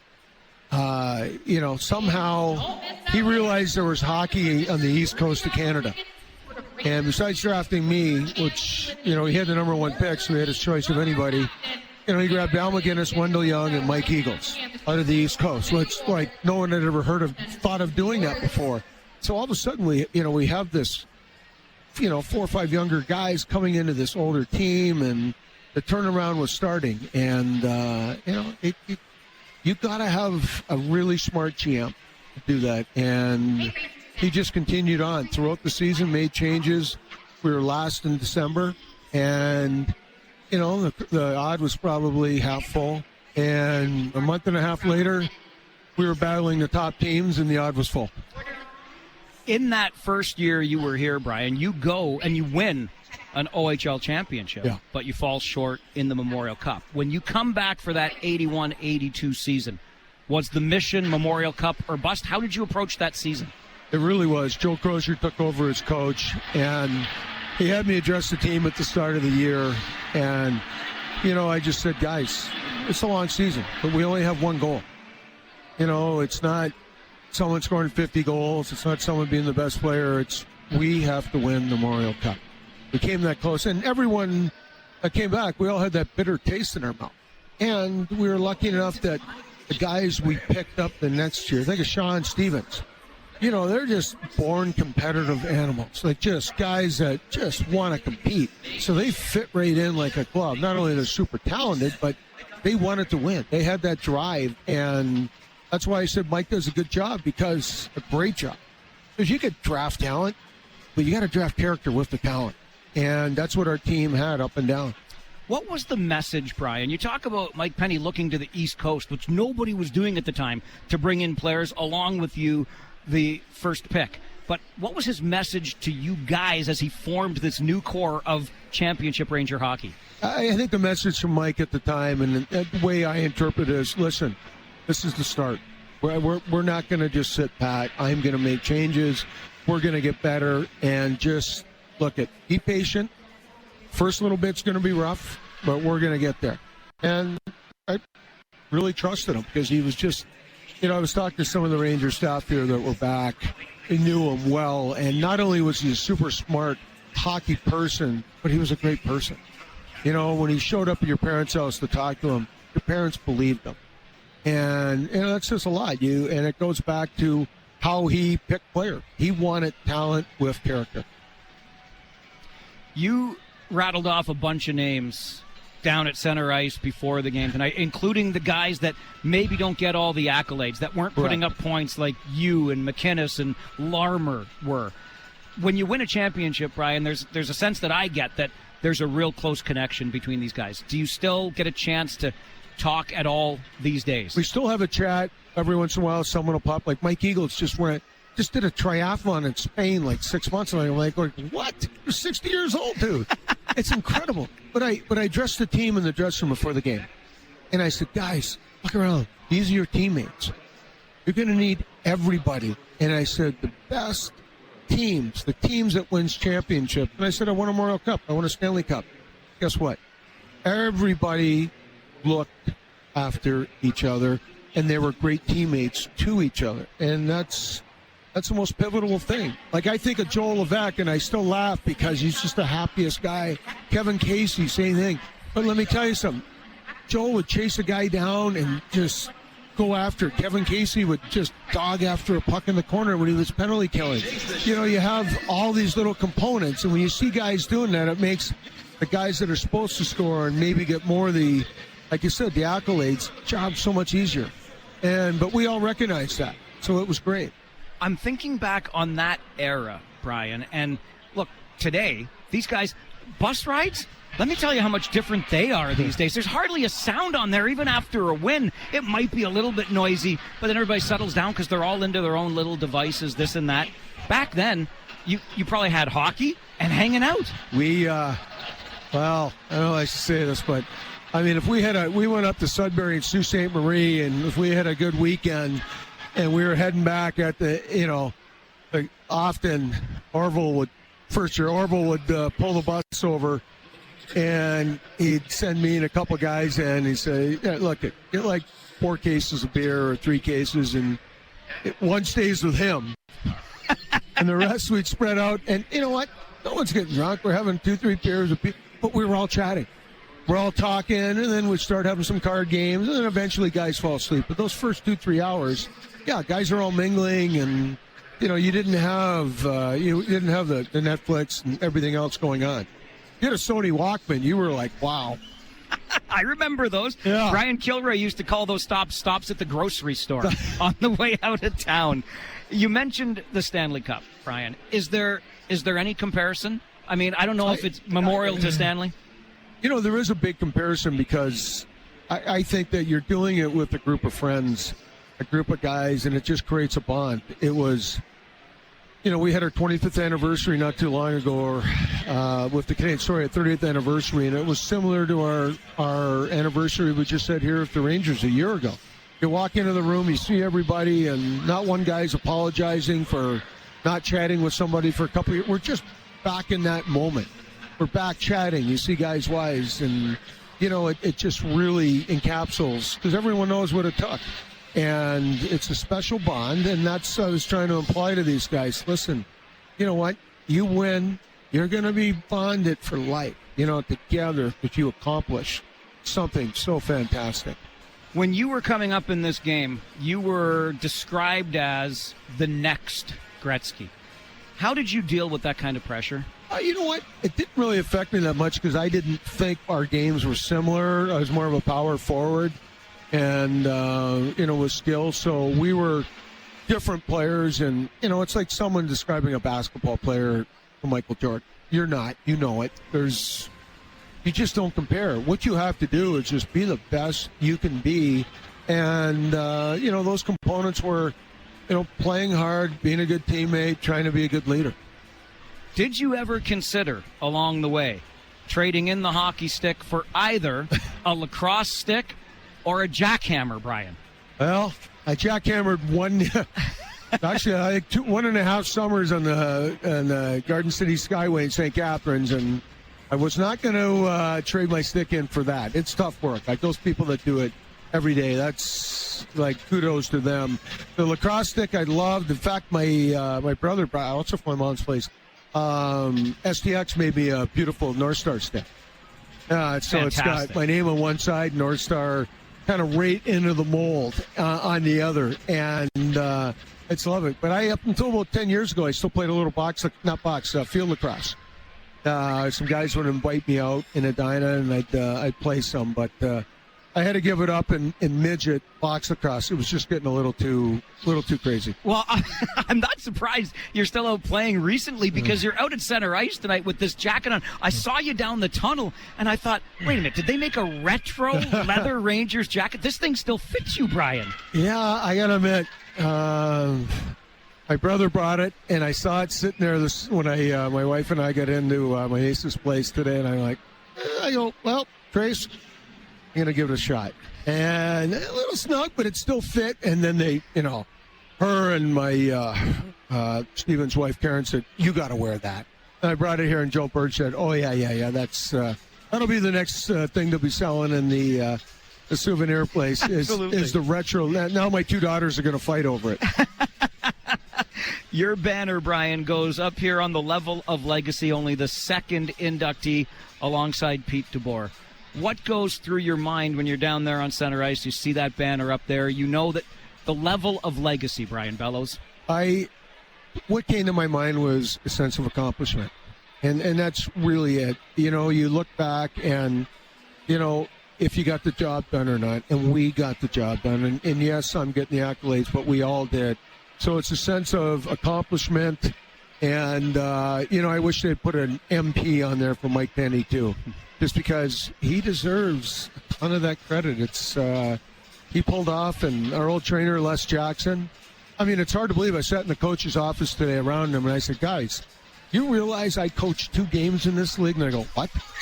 I almost forgot about that. They go, yeah. I go, Joe Crozier got suspended, and we didn't have another coach. And they're like, what? I go, yeah. So I coach. It was either me or Les Jackson.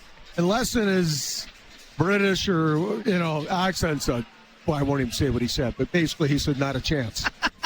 What was your record as a coach? I think it was 1-1. Okay, it's not bad. It's not bad. When we got behind, I let the boys run around a little bit.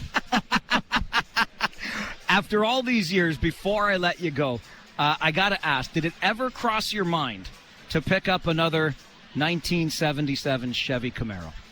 If I could find a really, although I watch Bring a Trailer all the time, and I watch some of the auction places, and man, those old Camaros are just still selling. But the retro mods are the key right now. Those are the ones because they got everything brand new and modern. I still love that car, but I tell you what, it was better than Al McGinnis's. You know that story? I think Al told something about a car, like he drove it somewhere and almost didn't make it. Al went and bought, we were with him, Al went to this used car lot, bought a car for, I think it was a Valiant. Bought it for $500. By the time he got it to its billet's house, it was on fire. Did it come with a fire extinguisher? No, it didn't. We were like, oh my God. It was... It's funny. You don't remember. You remember a lot of that. I remember all of us going to see Slapshot together. Sure. After a game on a Friday night. I mean, it was like at 12 o'clock, when it first came out. And you remember that stuff. Grant Martin's dad, his nickname was Smokey, and Smooth Rock Falls. I mean, 2 years I was there, he would come down in his pickup with half a moose because he'd shoot a moose. And Grant...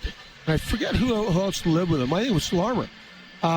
His family he lived with, they ran a butcher shop. So they would butcher up this moose. They get the big barbecue going, and us guys would go there, like, say, Friday or Saturday after the game when we didn't have a game for a few days, and we would eat and just kind of hang out in the backyard until like 3 or 4. It was great. Absolutely amazing. That's what makes teams. It does. Absolutely. I cannot tell you what a thrill this is for me, Brian. My dad used to bring me to this arena when I was a kid. I watched you guys win that championship. You're here on the level of legacy. This has been just an absolute thrill. Thank you for doing this. Thank you very much. Appreciate it. And congratulations, sir.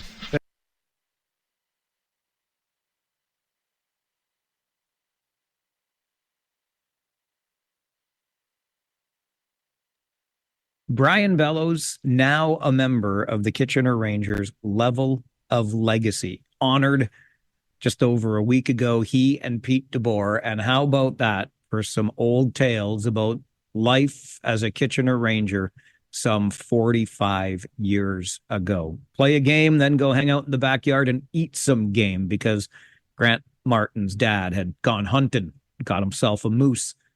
See the movie Slapshot with the entire team. Go up north, win a game, have a couple of pops on the bus ride back. And so it goes from there. Thoroughly enjoyed that. And I thought, why not? It's a game day. Rangers here in Windsor to take on the Spitfires tonight.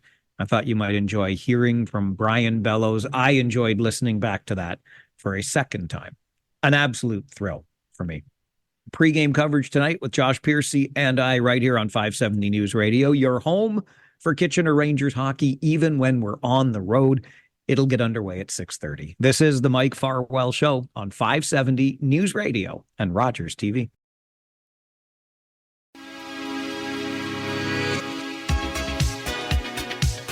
Every day on the show, I like to remind you that not everybody is a jackwagon, don't you know? And in today's case, this non-jackwagon is helping to fix the housing crisis. The story in just a moment, but I always love hearing from you on the show. Our phone lines are open from the very beginning until the very end. And Mark is with us right now, so let's go to the phones, talk to Mark. Good morning, Mark.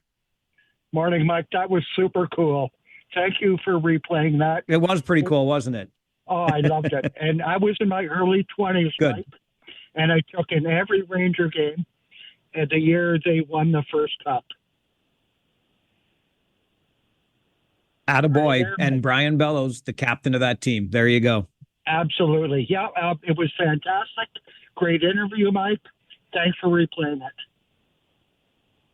Thanks, Mark. Appreciate the call, and I'm glad that you enjoyed it. It was, in fact, when you had asked how it went a couple of weeks back, I thought, you know what? You must not have heard it during the hockey game. I'll replay it during the daytime show so you get the chance to experience that too. There's so many great stories in there, for sure. Okay, your daily reminder, just ahead of our noon update in the 570 News Center, that not everybody is a jackwagon. And who knew we needed just this one thing to solve our housing crisis? Steamboat Springs, Colorado, they've got that one thing. So I'm just going to ask the question here in the region of Waterloo. Are there any billionaires in the room? Mark Stevens is a billionaire in Steamboat Springs, and he bought a luxury apartment building in the city. Then he lowered the rents in that luxury apartment building, with rents in Steamboat Springs averaging more than $3,000 a month. The community was unaffordable for many people. Now, thanks to billionaire Mark Stevens, a construction worker has a place for his family at $2,100 a month, and a school counselor and volleyball coach has a bigger place for less money. There is one catch, though, and that catch is that you have to work at least 30 hours per week in Steamboat Springs. So billionaire Mark Stevens is investing in his own community so that the people who work there can actually afford to live there. And that, of course, means that Mark Stevens is definitely not a jackwagon. It kind of reminds me of our Build Now initiative here in the region, led by Habitat for Humanity Waterloo region, right? Because we're talking about these 10,000 affordable, attainable homes, because we currently live in a community where housing prices are actually pricing out nurses and teachers and construction workers, etc.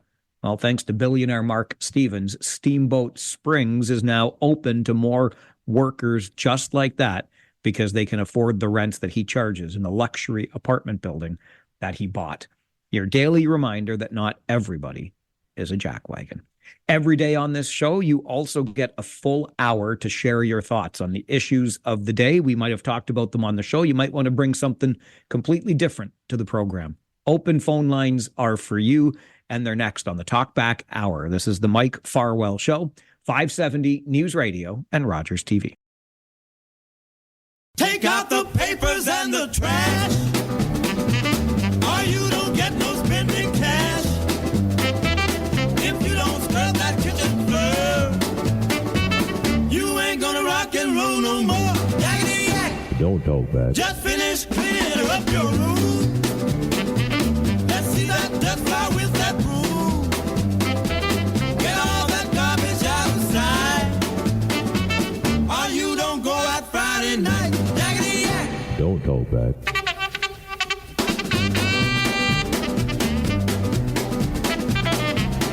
And thus begins your daily Talkback Hour. Phone lines are open so you can share your thoughts on the issues of the day, things that we've talked about on the show, something brand new. It's completely up to you. I just want to share from my friends in beautiful Hepworth, Bruce County, Brian and Margaret. They say their neighbor is definitely not a jackwagon because he got his snowblower out yesterday and helped out a whole bunch of neighbors. And I loved this email from John earlier to Mike at 570news.com when we were talking about the parking garage, the Duke Street parking garage in downtown Kitchener, whether or not it should have a heritage designation applied to it. And John's email says, please slap that heritage tag on that parking garage. My dad helped build it. It was his first carpentry job when he came to Kitchener. He only just retired last year from construction at the ripe old age of 85. Love the story and love the reason behind your desire to have the heritage designation applied to a parking garage. That's the thing where I have a hard time. Like, I get that it's a well-known structure in downtown Kitchener, but it's a parking garage. And really, if we're looking out into the future, how far down the road do we have to go before we realize there aren't any cars in downtown Kitchener? Maybe they're flying cars, and I don't know if you can navigate the ramps on flying cars. Anyway, I'll just leave that there. Love getting the feedback, and I love hearing from you on Talkback. So let's get right to the phones because they're already lighting up, and we like it that way. We'll start with Jersey Bill. Billy, you're first on Talkback today. Good afternoon. Oh, yeah. Yes, and once again, I feel I have to respond to what our wonderful rat pig president, and I will continue. Whoa, hey now, that's pretty strong language. I hope he's not listening. Yeah, I hope not. Yeah, hopefully he doesn't tune into 570 News because yes, I just feel he's part communist rat and part capitalist pig. And the reason I say that is, here's the thing. Here's the one thing about Greenland and his stupid, incoherent speech about Greenland. Well, not so incoherent, but unreasonable. And that is that he claims he needs Greenland. He needs actual physical possession of Greenland, not just to have our bases there, not to have our troops there, but he needs to own Greenland for whatever stupid reason he has, because otherwise we'll be threatened by the bad guys coming out of Russia and China. At the very same time, in the very same speech, he says, I am great friends with Putin and great friends with Xi. I may not agree with everything on them, but they're my great friends, and I can talk to them all the time. So how can he state he needs Greenland to defend against the bad guys of Russia and China while he says some of his best friends are those same exact people? It is total madness. But that's the way he operates. That's who he is. And I hate to say that we're dealing with a madman, but we seem to be dealing with a madman who only cares about accumulating riches and powers for himself. And I don't care what he says about how he's going to fix this and fix that. No, if it doesn't benefit him directly, he won't really make a move on anything. And one thing we know, isolationism and just a go-it-alone policy is a way, especially when it's done by supposedly the most powerful country in the world, is a way to lead to economic disaster, which hasn't happened yet, but may happen down the line if he continues down this route. and not to the economic prosperity that he claims that he's making. Billy, appreciate the call. As always, I hear the passion. And how about we just juxtapose that with the speech given by Prime Minister Mark Carney at the World Economic Forum yesterday, talking about this third path. And yeah, let these wealthy and powerful nations continue their pursuit of wealth and economic coercion. But the rest of us, we'll figure it out, and we won't go hat in hand to curry favor with those rich and powerful. The rest of us middle powers will continue to carve out this third path because Canada has what the world wants. Prime Minister Carney got a standing ovation for his speech, and I'm paraphrasing just one part of it yesterday, but he got a standing ovation at the World Economic Forum.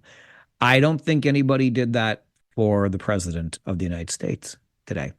Next, we'll go to Dave on Talkback. Dave, Farwell's Force, member number 47. Good afternoon. Good afternoon, Mike. This is perfect timing, you being in Windsor, to bring up a gentle nudge reminder about something I raised last week. Okay. When is your best guesstimate on when your loyal watchers and listeners will be able to pull up the OHL podcast on the Seeker-Rogers system? Because it still isn't there today. Yeah, my best guesstimate on that, Dave, will be about 1:15 never. I wish I could help you there. That's completely out of my hands. But I can assure you that it does show up, the OHL podcast, on many other audio podcast platforms, plus on YouTube. Yeah, I watch it on YouTube. Yeah.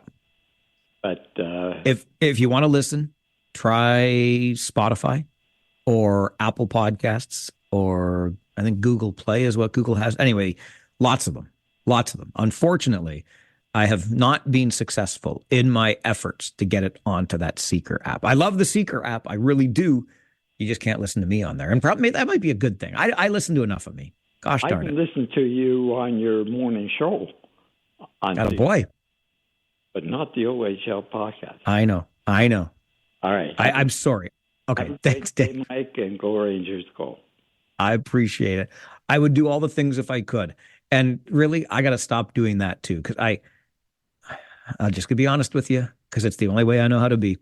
But of a control freak over here, I promise you, if I could snap my fingers and make things happen, the world according to Mike, as Rob Deutschman put it last week, the wham, would we ever be living? Just give me the Grand Poobah title already, okay? I'll show you what's what. Kyle is next on Talkback. Kyle, good afternoon. Good afternoon, Mike.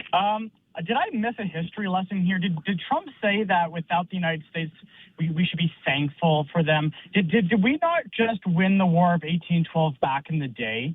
Like that's where I'm coming from. Like, I don't think it was the United States we'd be thanking. It was the British there, because without the British, we'd be an American nation. And I think Trump also needs a little history lesson on why the United States is the way it is because of France. Did they thank France for the soldiers like Lafayette that turned a colonel revolt into a victory? No French fleet at Yorktown, no American independence. So I'm just kind of lost on the history that Trump is kind of giving us. I'm not anti-Trump. I'm not pro-Russian. I'm non-alignment. I'm actually very pro-Eastern European. I'm not really a big fan of the European Union and what's going on there. But I would say that maybe Trump should just realize what has gone on in the past, and maybe the 20 years that the Canadians fought next to the United States during their stupid war of terror that we got suckered into. I mean, we're supposed to be with them all the time, but the minute we need help, or the minute there's people going against Greenland and saying, we want to take over the country, and we don't get involved in it, it's a bad thing for everybody, and the United States trumps everything. But I'm not a big fan of it. I'm not a big fan of this whole WEF thing and the World Economic Forum and globalists telling the world on, when a lot of the people now are struggling and going paycheck to paycheck, there's no food. So I just want to kind of give my context of it there, Mike. Kyle, appreciate the call. I think the version of history that you're getting from Donald Trump is revisionist. He sees it his way, and that's the way he will tell you that it is and was and should be forevermore. 1 year yesterday, right? 1 year yesterday was Inauguration Day. 1 year. That means there are 3 years still to go. What a wild time to be alive. Grant is next with us on Talkback this afternoon. Good afternoon, Grant. Yeah, good afternoon, Mike. How are you? I'm good, thank you. How are you? Yeah, we got good news yesterday. I guess it was yesterday from my brother's oncologist. So the blood work is at a number 2, which means the chemotherapy is doing its work. I know you're not adamant on praying, but I'm very adamant in doing that throughout the day. And yeah, so it's a good sign. And then with this mass, they're going to dive into the biopsy a little further, see they figure they got a drug that could help out with that. So yeah, so it's perfect. And yeah, and I like you could play that that taping again with Bellows throughout the year. Even though I listened to it when it was first aired, it's I don't know, it's just something that's very neat. And yeah, I like that goal that or the pass that Mr. Andonovski dove. He could have ignored it, and no, he dove for it, and good old Mr. O'Reilly did the job. It's looking forward to tonight's game. It should be kind of fun. It definitely will be. Thanks, Grant. Good to hear from you today on the show. Glad to hear that health update and that things are looking up for your brother. Absolutely. Where to next? Brian Bellows, the interview that I replayed this morning, just in case you missed it during a Rangers game, the night that Brian Bellows was honored into the Kitchener Rangers level of legacy. Lots of great stories in there from his time in Kitchener and what being honored like that was. I mean, just great. I thoroughly enjoyed listening to it again, too, so I'm glad you did. And Matt Andonovski, yes, what an effort that he made on Sunday versus Guelph to set up the game-winning goal for the Kitchener Rangers, diving to swat at a puck that turned into a pass to Sam O'Reilly, who buried the shot to give the Rangers the win over the Guelph Storm. And Kitchener has now won 5 in a row, and 4 in a row, and looking to extend that streak tonight. And it's a big test. The Rangers, since assembling this group of players, has not exactly played the best teams in the league, but you just play the games in front of you on the schedule. And tonight, that means the Kitchener Rangers play a team that's ahead of them in the standings, another top team in this Western Conference, the Windsor Spitfires. And I can't wait to see what this team looks like against another top team. Hanging around the guys a little bit over these past 24 hours, you can see and kind of feel the bond beginning to strengthen between them. And there's just something different. There's something about the attitude of this team right now. And I'm looking forward to a good game tonight, one way or t'other. But you know me, I certainly hope our Rangers come out on top. I'll remind you again, pregame coverage will get underway at 6:30 with Josh Piercy and I. And just thinking back on what Grant brought up, Matt Andonovski, when he gets returned from the pros, and as a defenseman, you're thinking, okay, so here's a guy that's going to be that shutdown defenseman. And he is and will continue to be. But the offense that he brought to the game on Sunday versus Guelph, a goal and an assist in that game, he almost made it look easy at this level, didn't he? but I guess that's what happens when you're up practicing and playing with the pros to start the season. Anyway, it's your Talkback Hour. Phone lines are open to you. Talk about the issues of the day or some other issue that you would like to make the issue of the day, because if it's important to you, it's important to us here on the program. Phone lines are open to you during Talkback on the Mike Farwell Show. This is 570 News Radio and Rogers TV.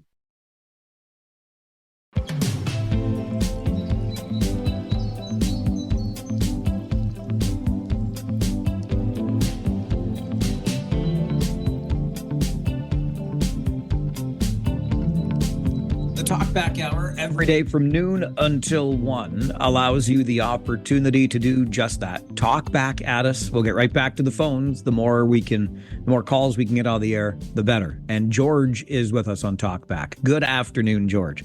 Yeah, good afternoon, Mike. I want to talk about something that's important to me. Sure. Mike, it's about the Blackhawks. They need a lot of help. And I know there's a great kid on the Rangers who might indeed be that person who can help. What's your gut feeling on Pridham? That's a good question, George, and I appreciate the call and the chance to talk more about hockey. My dad is a Blackhawks fan, too. My gut feeling on Pridham is that this is a kid that can score goals, as we've been seeing of late. He's been playing terrific. Obviously, when surrounded by other good players, his game has seemed to come up another level. And one of the other things about him is how much he really just enjoys the game and being on the ice around his teammates, et cetera. So listen, he was a third rounder to Chicago for a reason. And I think you might see him sign a deal sometime this year. It'd be nice maybe next season see him in a Blackhawk uniform. Absolutely. And enjoy your pizza later on. I'm going to... Thanks, George. I appreciate it. It's hard to come to Windsor without enjoying some of the best pizza that I have personally ever had. And I mean no disrespect to our pizza places back home. You know who you are.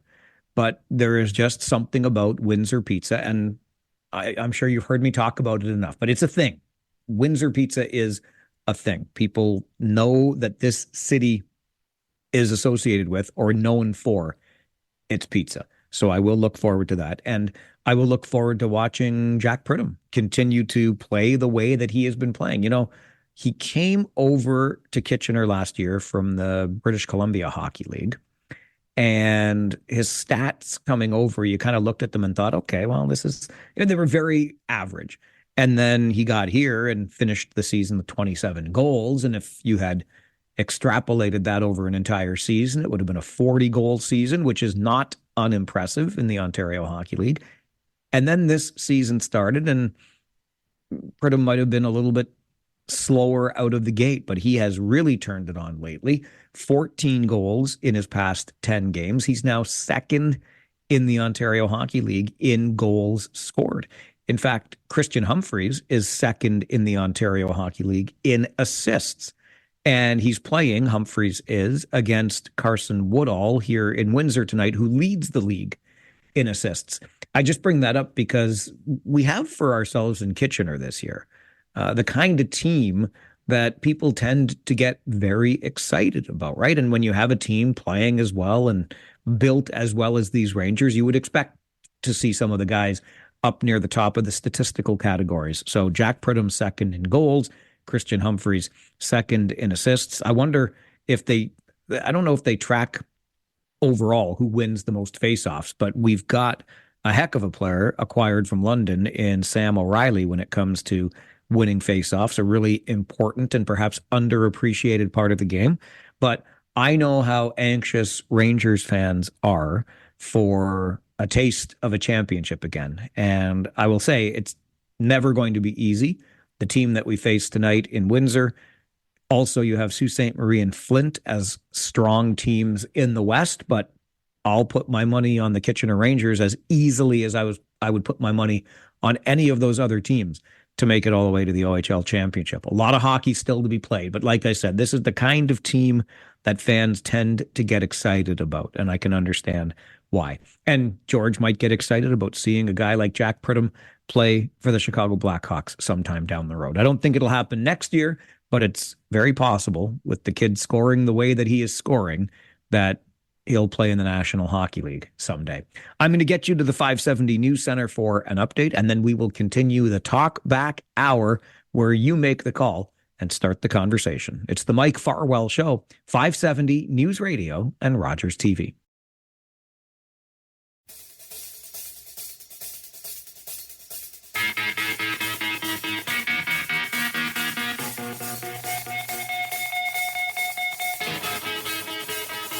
It is your Talkback Hour here on the program where we open up the phone lines to give you the chance to have your say on the issues of the day. Maybe it's a topic we discussed on the show earlier. You didn't get to have your say then.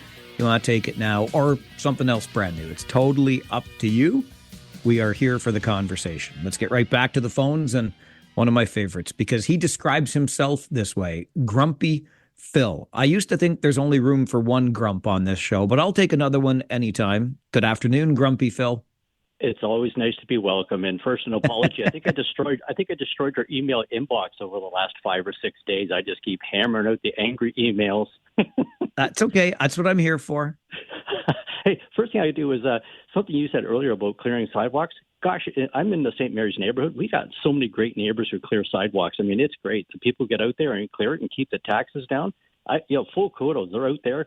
I used to do a lot of snow, but 2 of my neighbors bought snow blowers. I've got nothing to do but just sit there and yell at the snow plows now. I'm running out of things to do. But on the international front, I hate to call people out, and I don't like doing that when they're not there to defend themselves.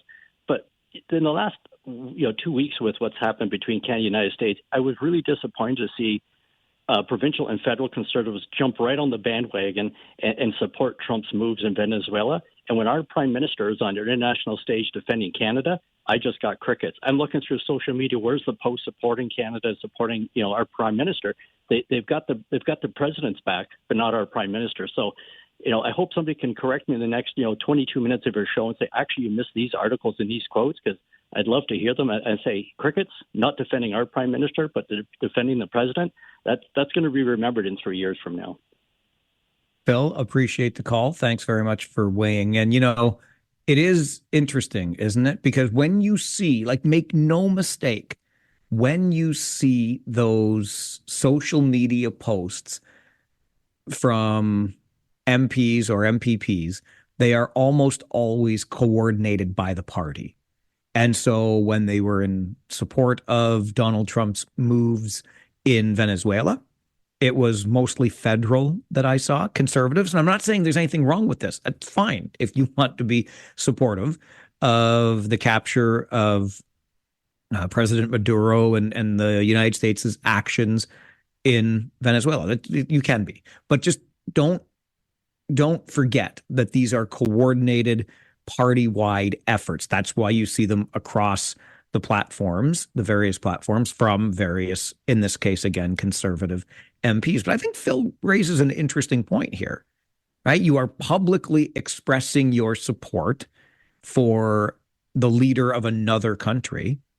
And then when the leader of your country stands up and delivers a speech that gets people standing up, a rare standing ovation for Prime Minister Mark Carney at the World Economic Forum following his address yesterday, Phil says crickets. And he may have missed it, and you can correct both of us then, if that's the case. But since Phil brought it up, and we will get back to the snow thing in just a moment, but I did want to share with you again, we got the chance to do this earlier in the day, but I'd like to do it again now since Phil brought it up. Just a small bit of that speech that Prime Minister Carney gave in Davos, Switzerland yesterday, because it resonated with a lot of people, and there's a reason that it brought this standing ovation when Prime Minister Carney talked about this third path, these big and powerful nations kind of out there and doing things in their own best interests and applying economic leverage to middle powers like Canada. And Prime Minister Carney said this third path is for middle powers like us to stick together and not just go and try to curry favor with the powerful nations that might surround us. Let's carve out this third path. So here again is just a little bit of what Prime Minister Carney had to say in Davos yesterday. We are in the midst of a rupture, not a transition. Over the past 2 decades, a series of crises in finance, health, energy, and geopolitics have laid bare the risks of extreme global integration. But more recently, great powers have begun using economic integration as weapons. Tariffs as leverage, financial infrastructure as coercion, supply chains as vulnerabilities to be exploited. Now, Canada was amongst the first to hear the wake-up call, leading us to fundamentally shift our strategic posture. Canadians know that our old, comfortable assumptions that our geography and alliance memberships automatically conferred prosperity and security, that assumption is no longer valid. And our new approach rests on what Alexander Stubb, the President of Finland, has termed value-based realism. Or to put another way, we aim to be both principled and pragmatic. Principled in our commitment to fundamental values, sovereignty, territorial integrity, the prohibition of the use of force except when consistent with the UN Charter, and respect for human rights. And pragmatic in recognizing that progress is often incremental, that interests diverge, that not every partner will share all of our values. So we're engaging broadly, strategically, with open eyes. We actively take on the world as it is, not wait around for a world we wish to be. We are calibrating our relationships so their depth reflects our values. And we're prioritizing broad engagement to maximize our influence, given the fluidity of the world at the moment, the risks that this poses, and the stakes for what comes next. And we are no longer just relying on the strength of our values, but also the value of our strength. The middle powers must act together because if we're not at the table, we're on the menu. But I'd also say that great powers can afford for now to go it alone. They have the market size, the military capacity, and the leverage to dictate terms. Middle powers do not. But when we only negotiate bilaterally with a hegemon, we negotiate from weakness. We accept what's offered. We compete with each other to be the most accommodating. This is not sovereignty. It's the performance of sovereignty while accepting subordination. Canada has what the world wants. We are an energy superpower. We hold vast reserves of critical minerals. We have the most educated population in the world. Our pension funds are amongst the world's largest and most sophisticated investors. In other words, we have capital, talent. We also have a government with immense fiscal capacity to act decisively. And we have the values to which many others aspire. A different tone, I would say, from Prime Minister Carney yesterday to President Trump today. Just as a reminder of what we heard and what we are currently hearing as we continue Talkback. Let's go back to the phones. Ibrahim is with us. Good afternoon, Ibrahim. Hi, how are you doing, Mike? Good, thanks. Hello? Good. Oh, just, that speech was great, really. Timely and indirectly, of course, he meant Donald Trump, of course, also. So Donald Trump, he got upset, I think, today. He mentioned Canada. You heard about him, right? Oh, yeah, I may be in Windsor, but I can still follow the news, my friend. No. Oh, are you in Windsor now? Yes. Oh, okay.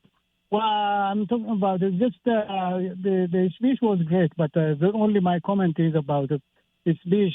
He said we respect human rights. I disagree with that. I can't get around my head with that because over the last 2 years, what happened in Gaza, the Canadian government was providing weapons, financial means, along with the Europeans and Americans. Of course, America is the number one, of course, provider for protection for Israelis. But the innocent Palestinians who lost their life, if really respecting human rights, it shouldn't happen that. But in that case, really the West is the fail to protect the innocent people and respecting human rights. Hello? Yeah. Okay. Look, Ibrahim. Yeah.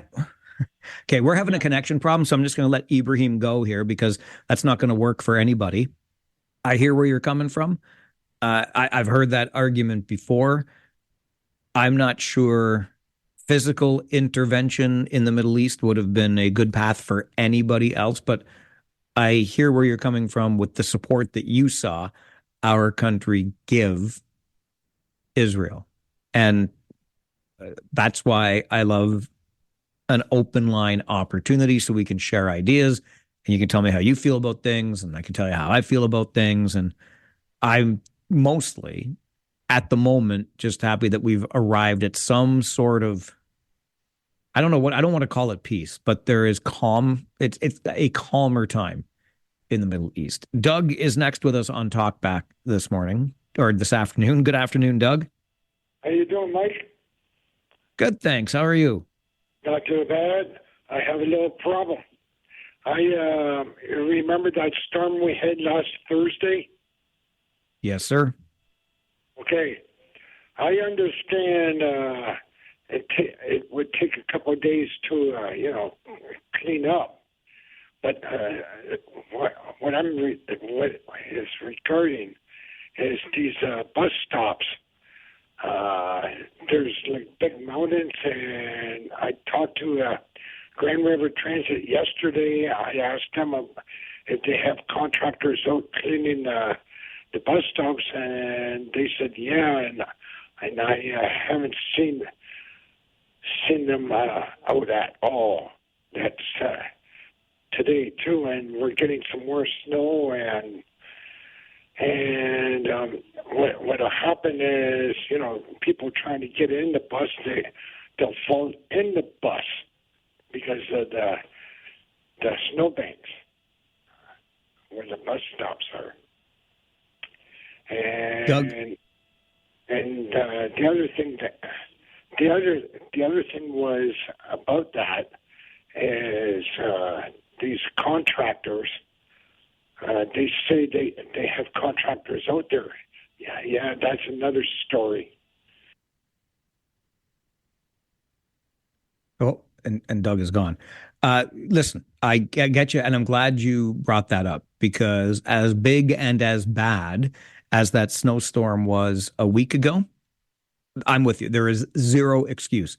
The transit stops have been a mess since before last week's storm, and they remain a mess today. And as Doug says, more snow on the way. I'm looking ahead at a longer term forecast, more snow, significant amounts of snow on the weekend. No excuse. And we should be able to do a whole lot better than that. We continue the conversation on Talkback this afternoon. This is the Mike Farwell Show, 570 News Radio and Rogers TV.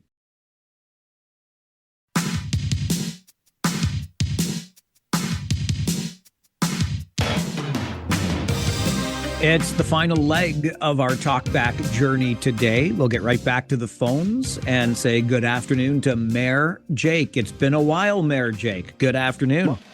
Mike, how are you now? I'm good, and you?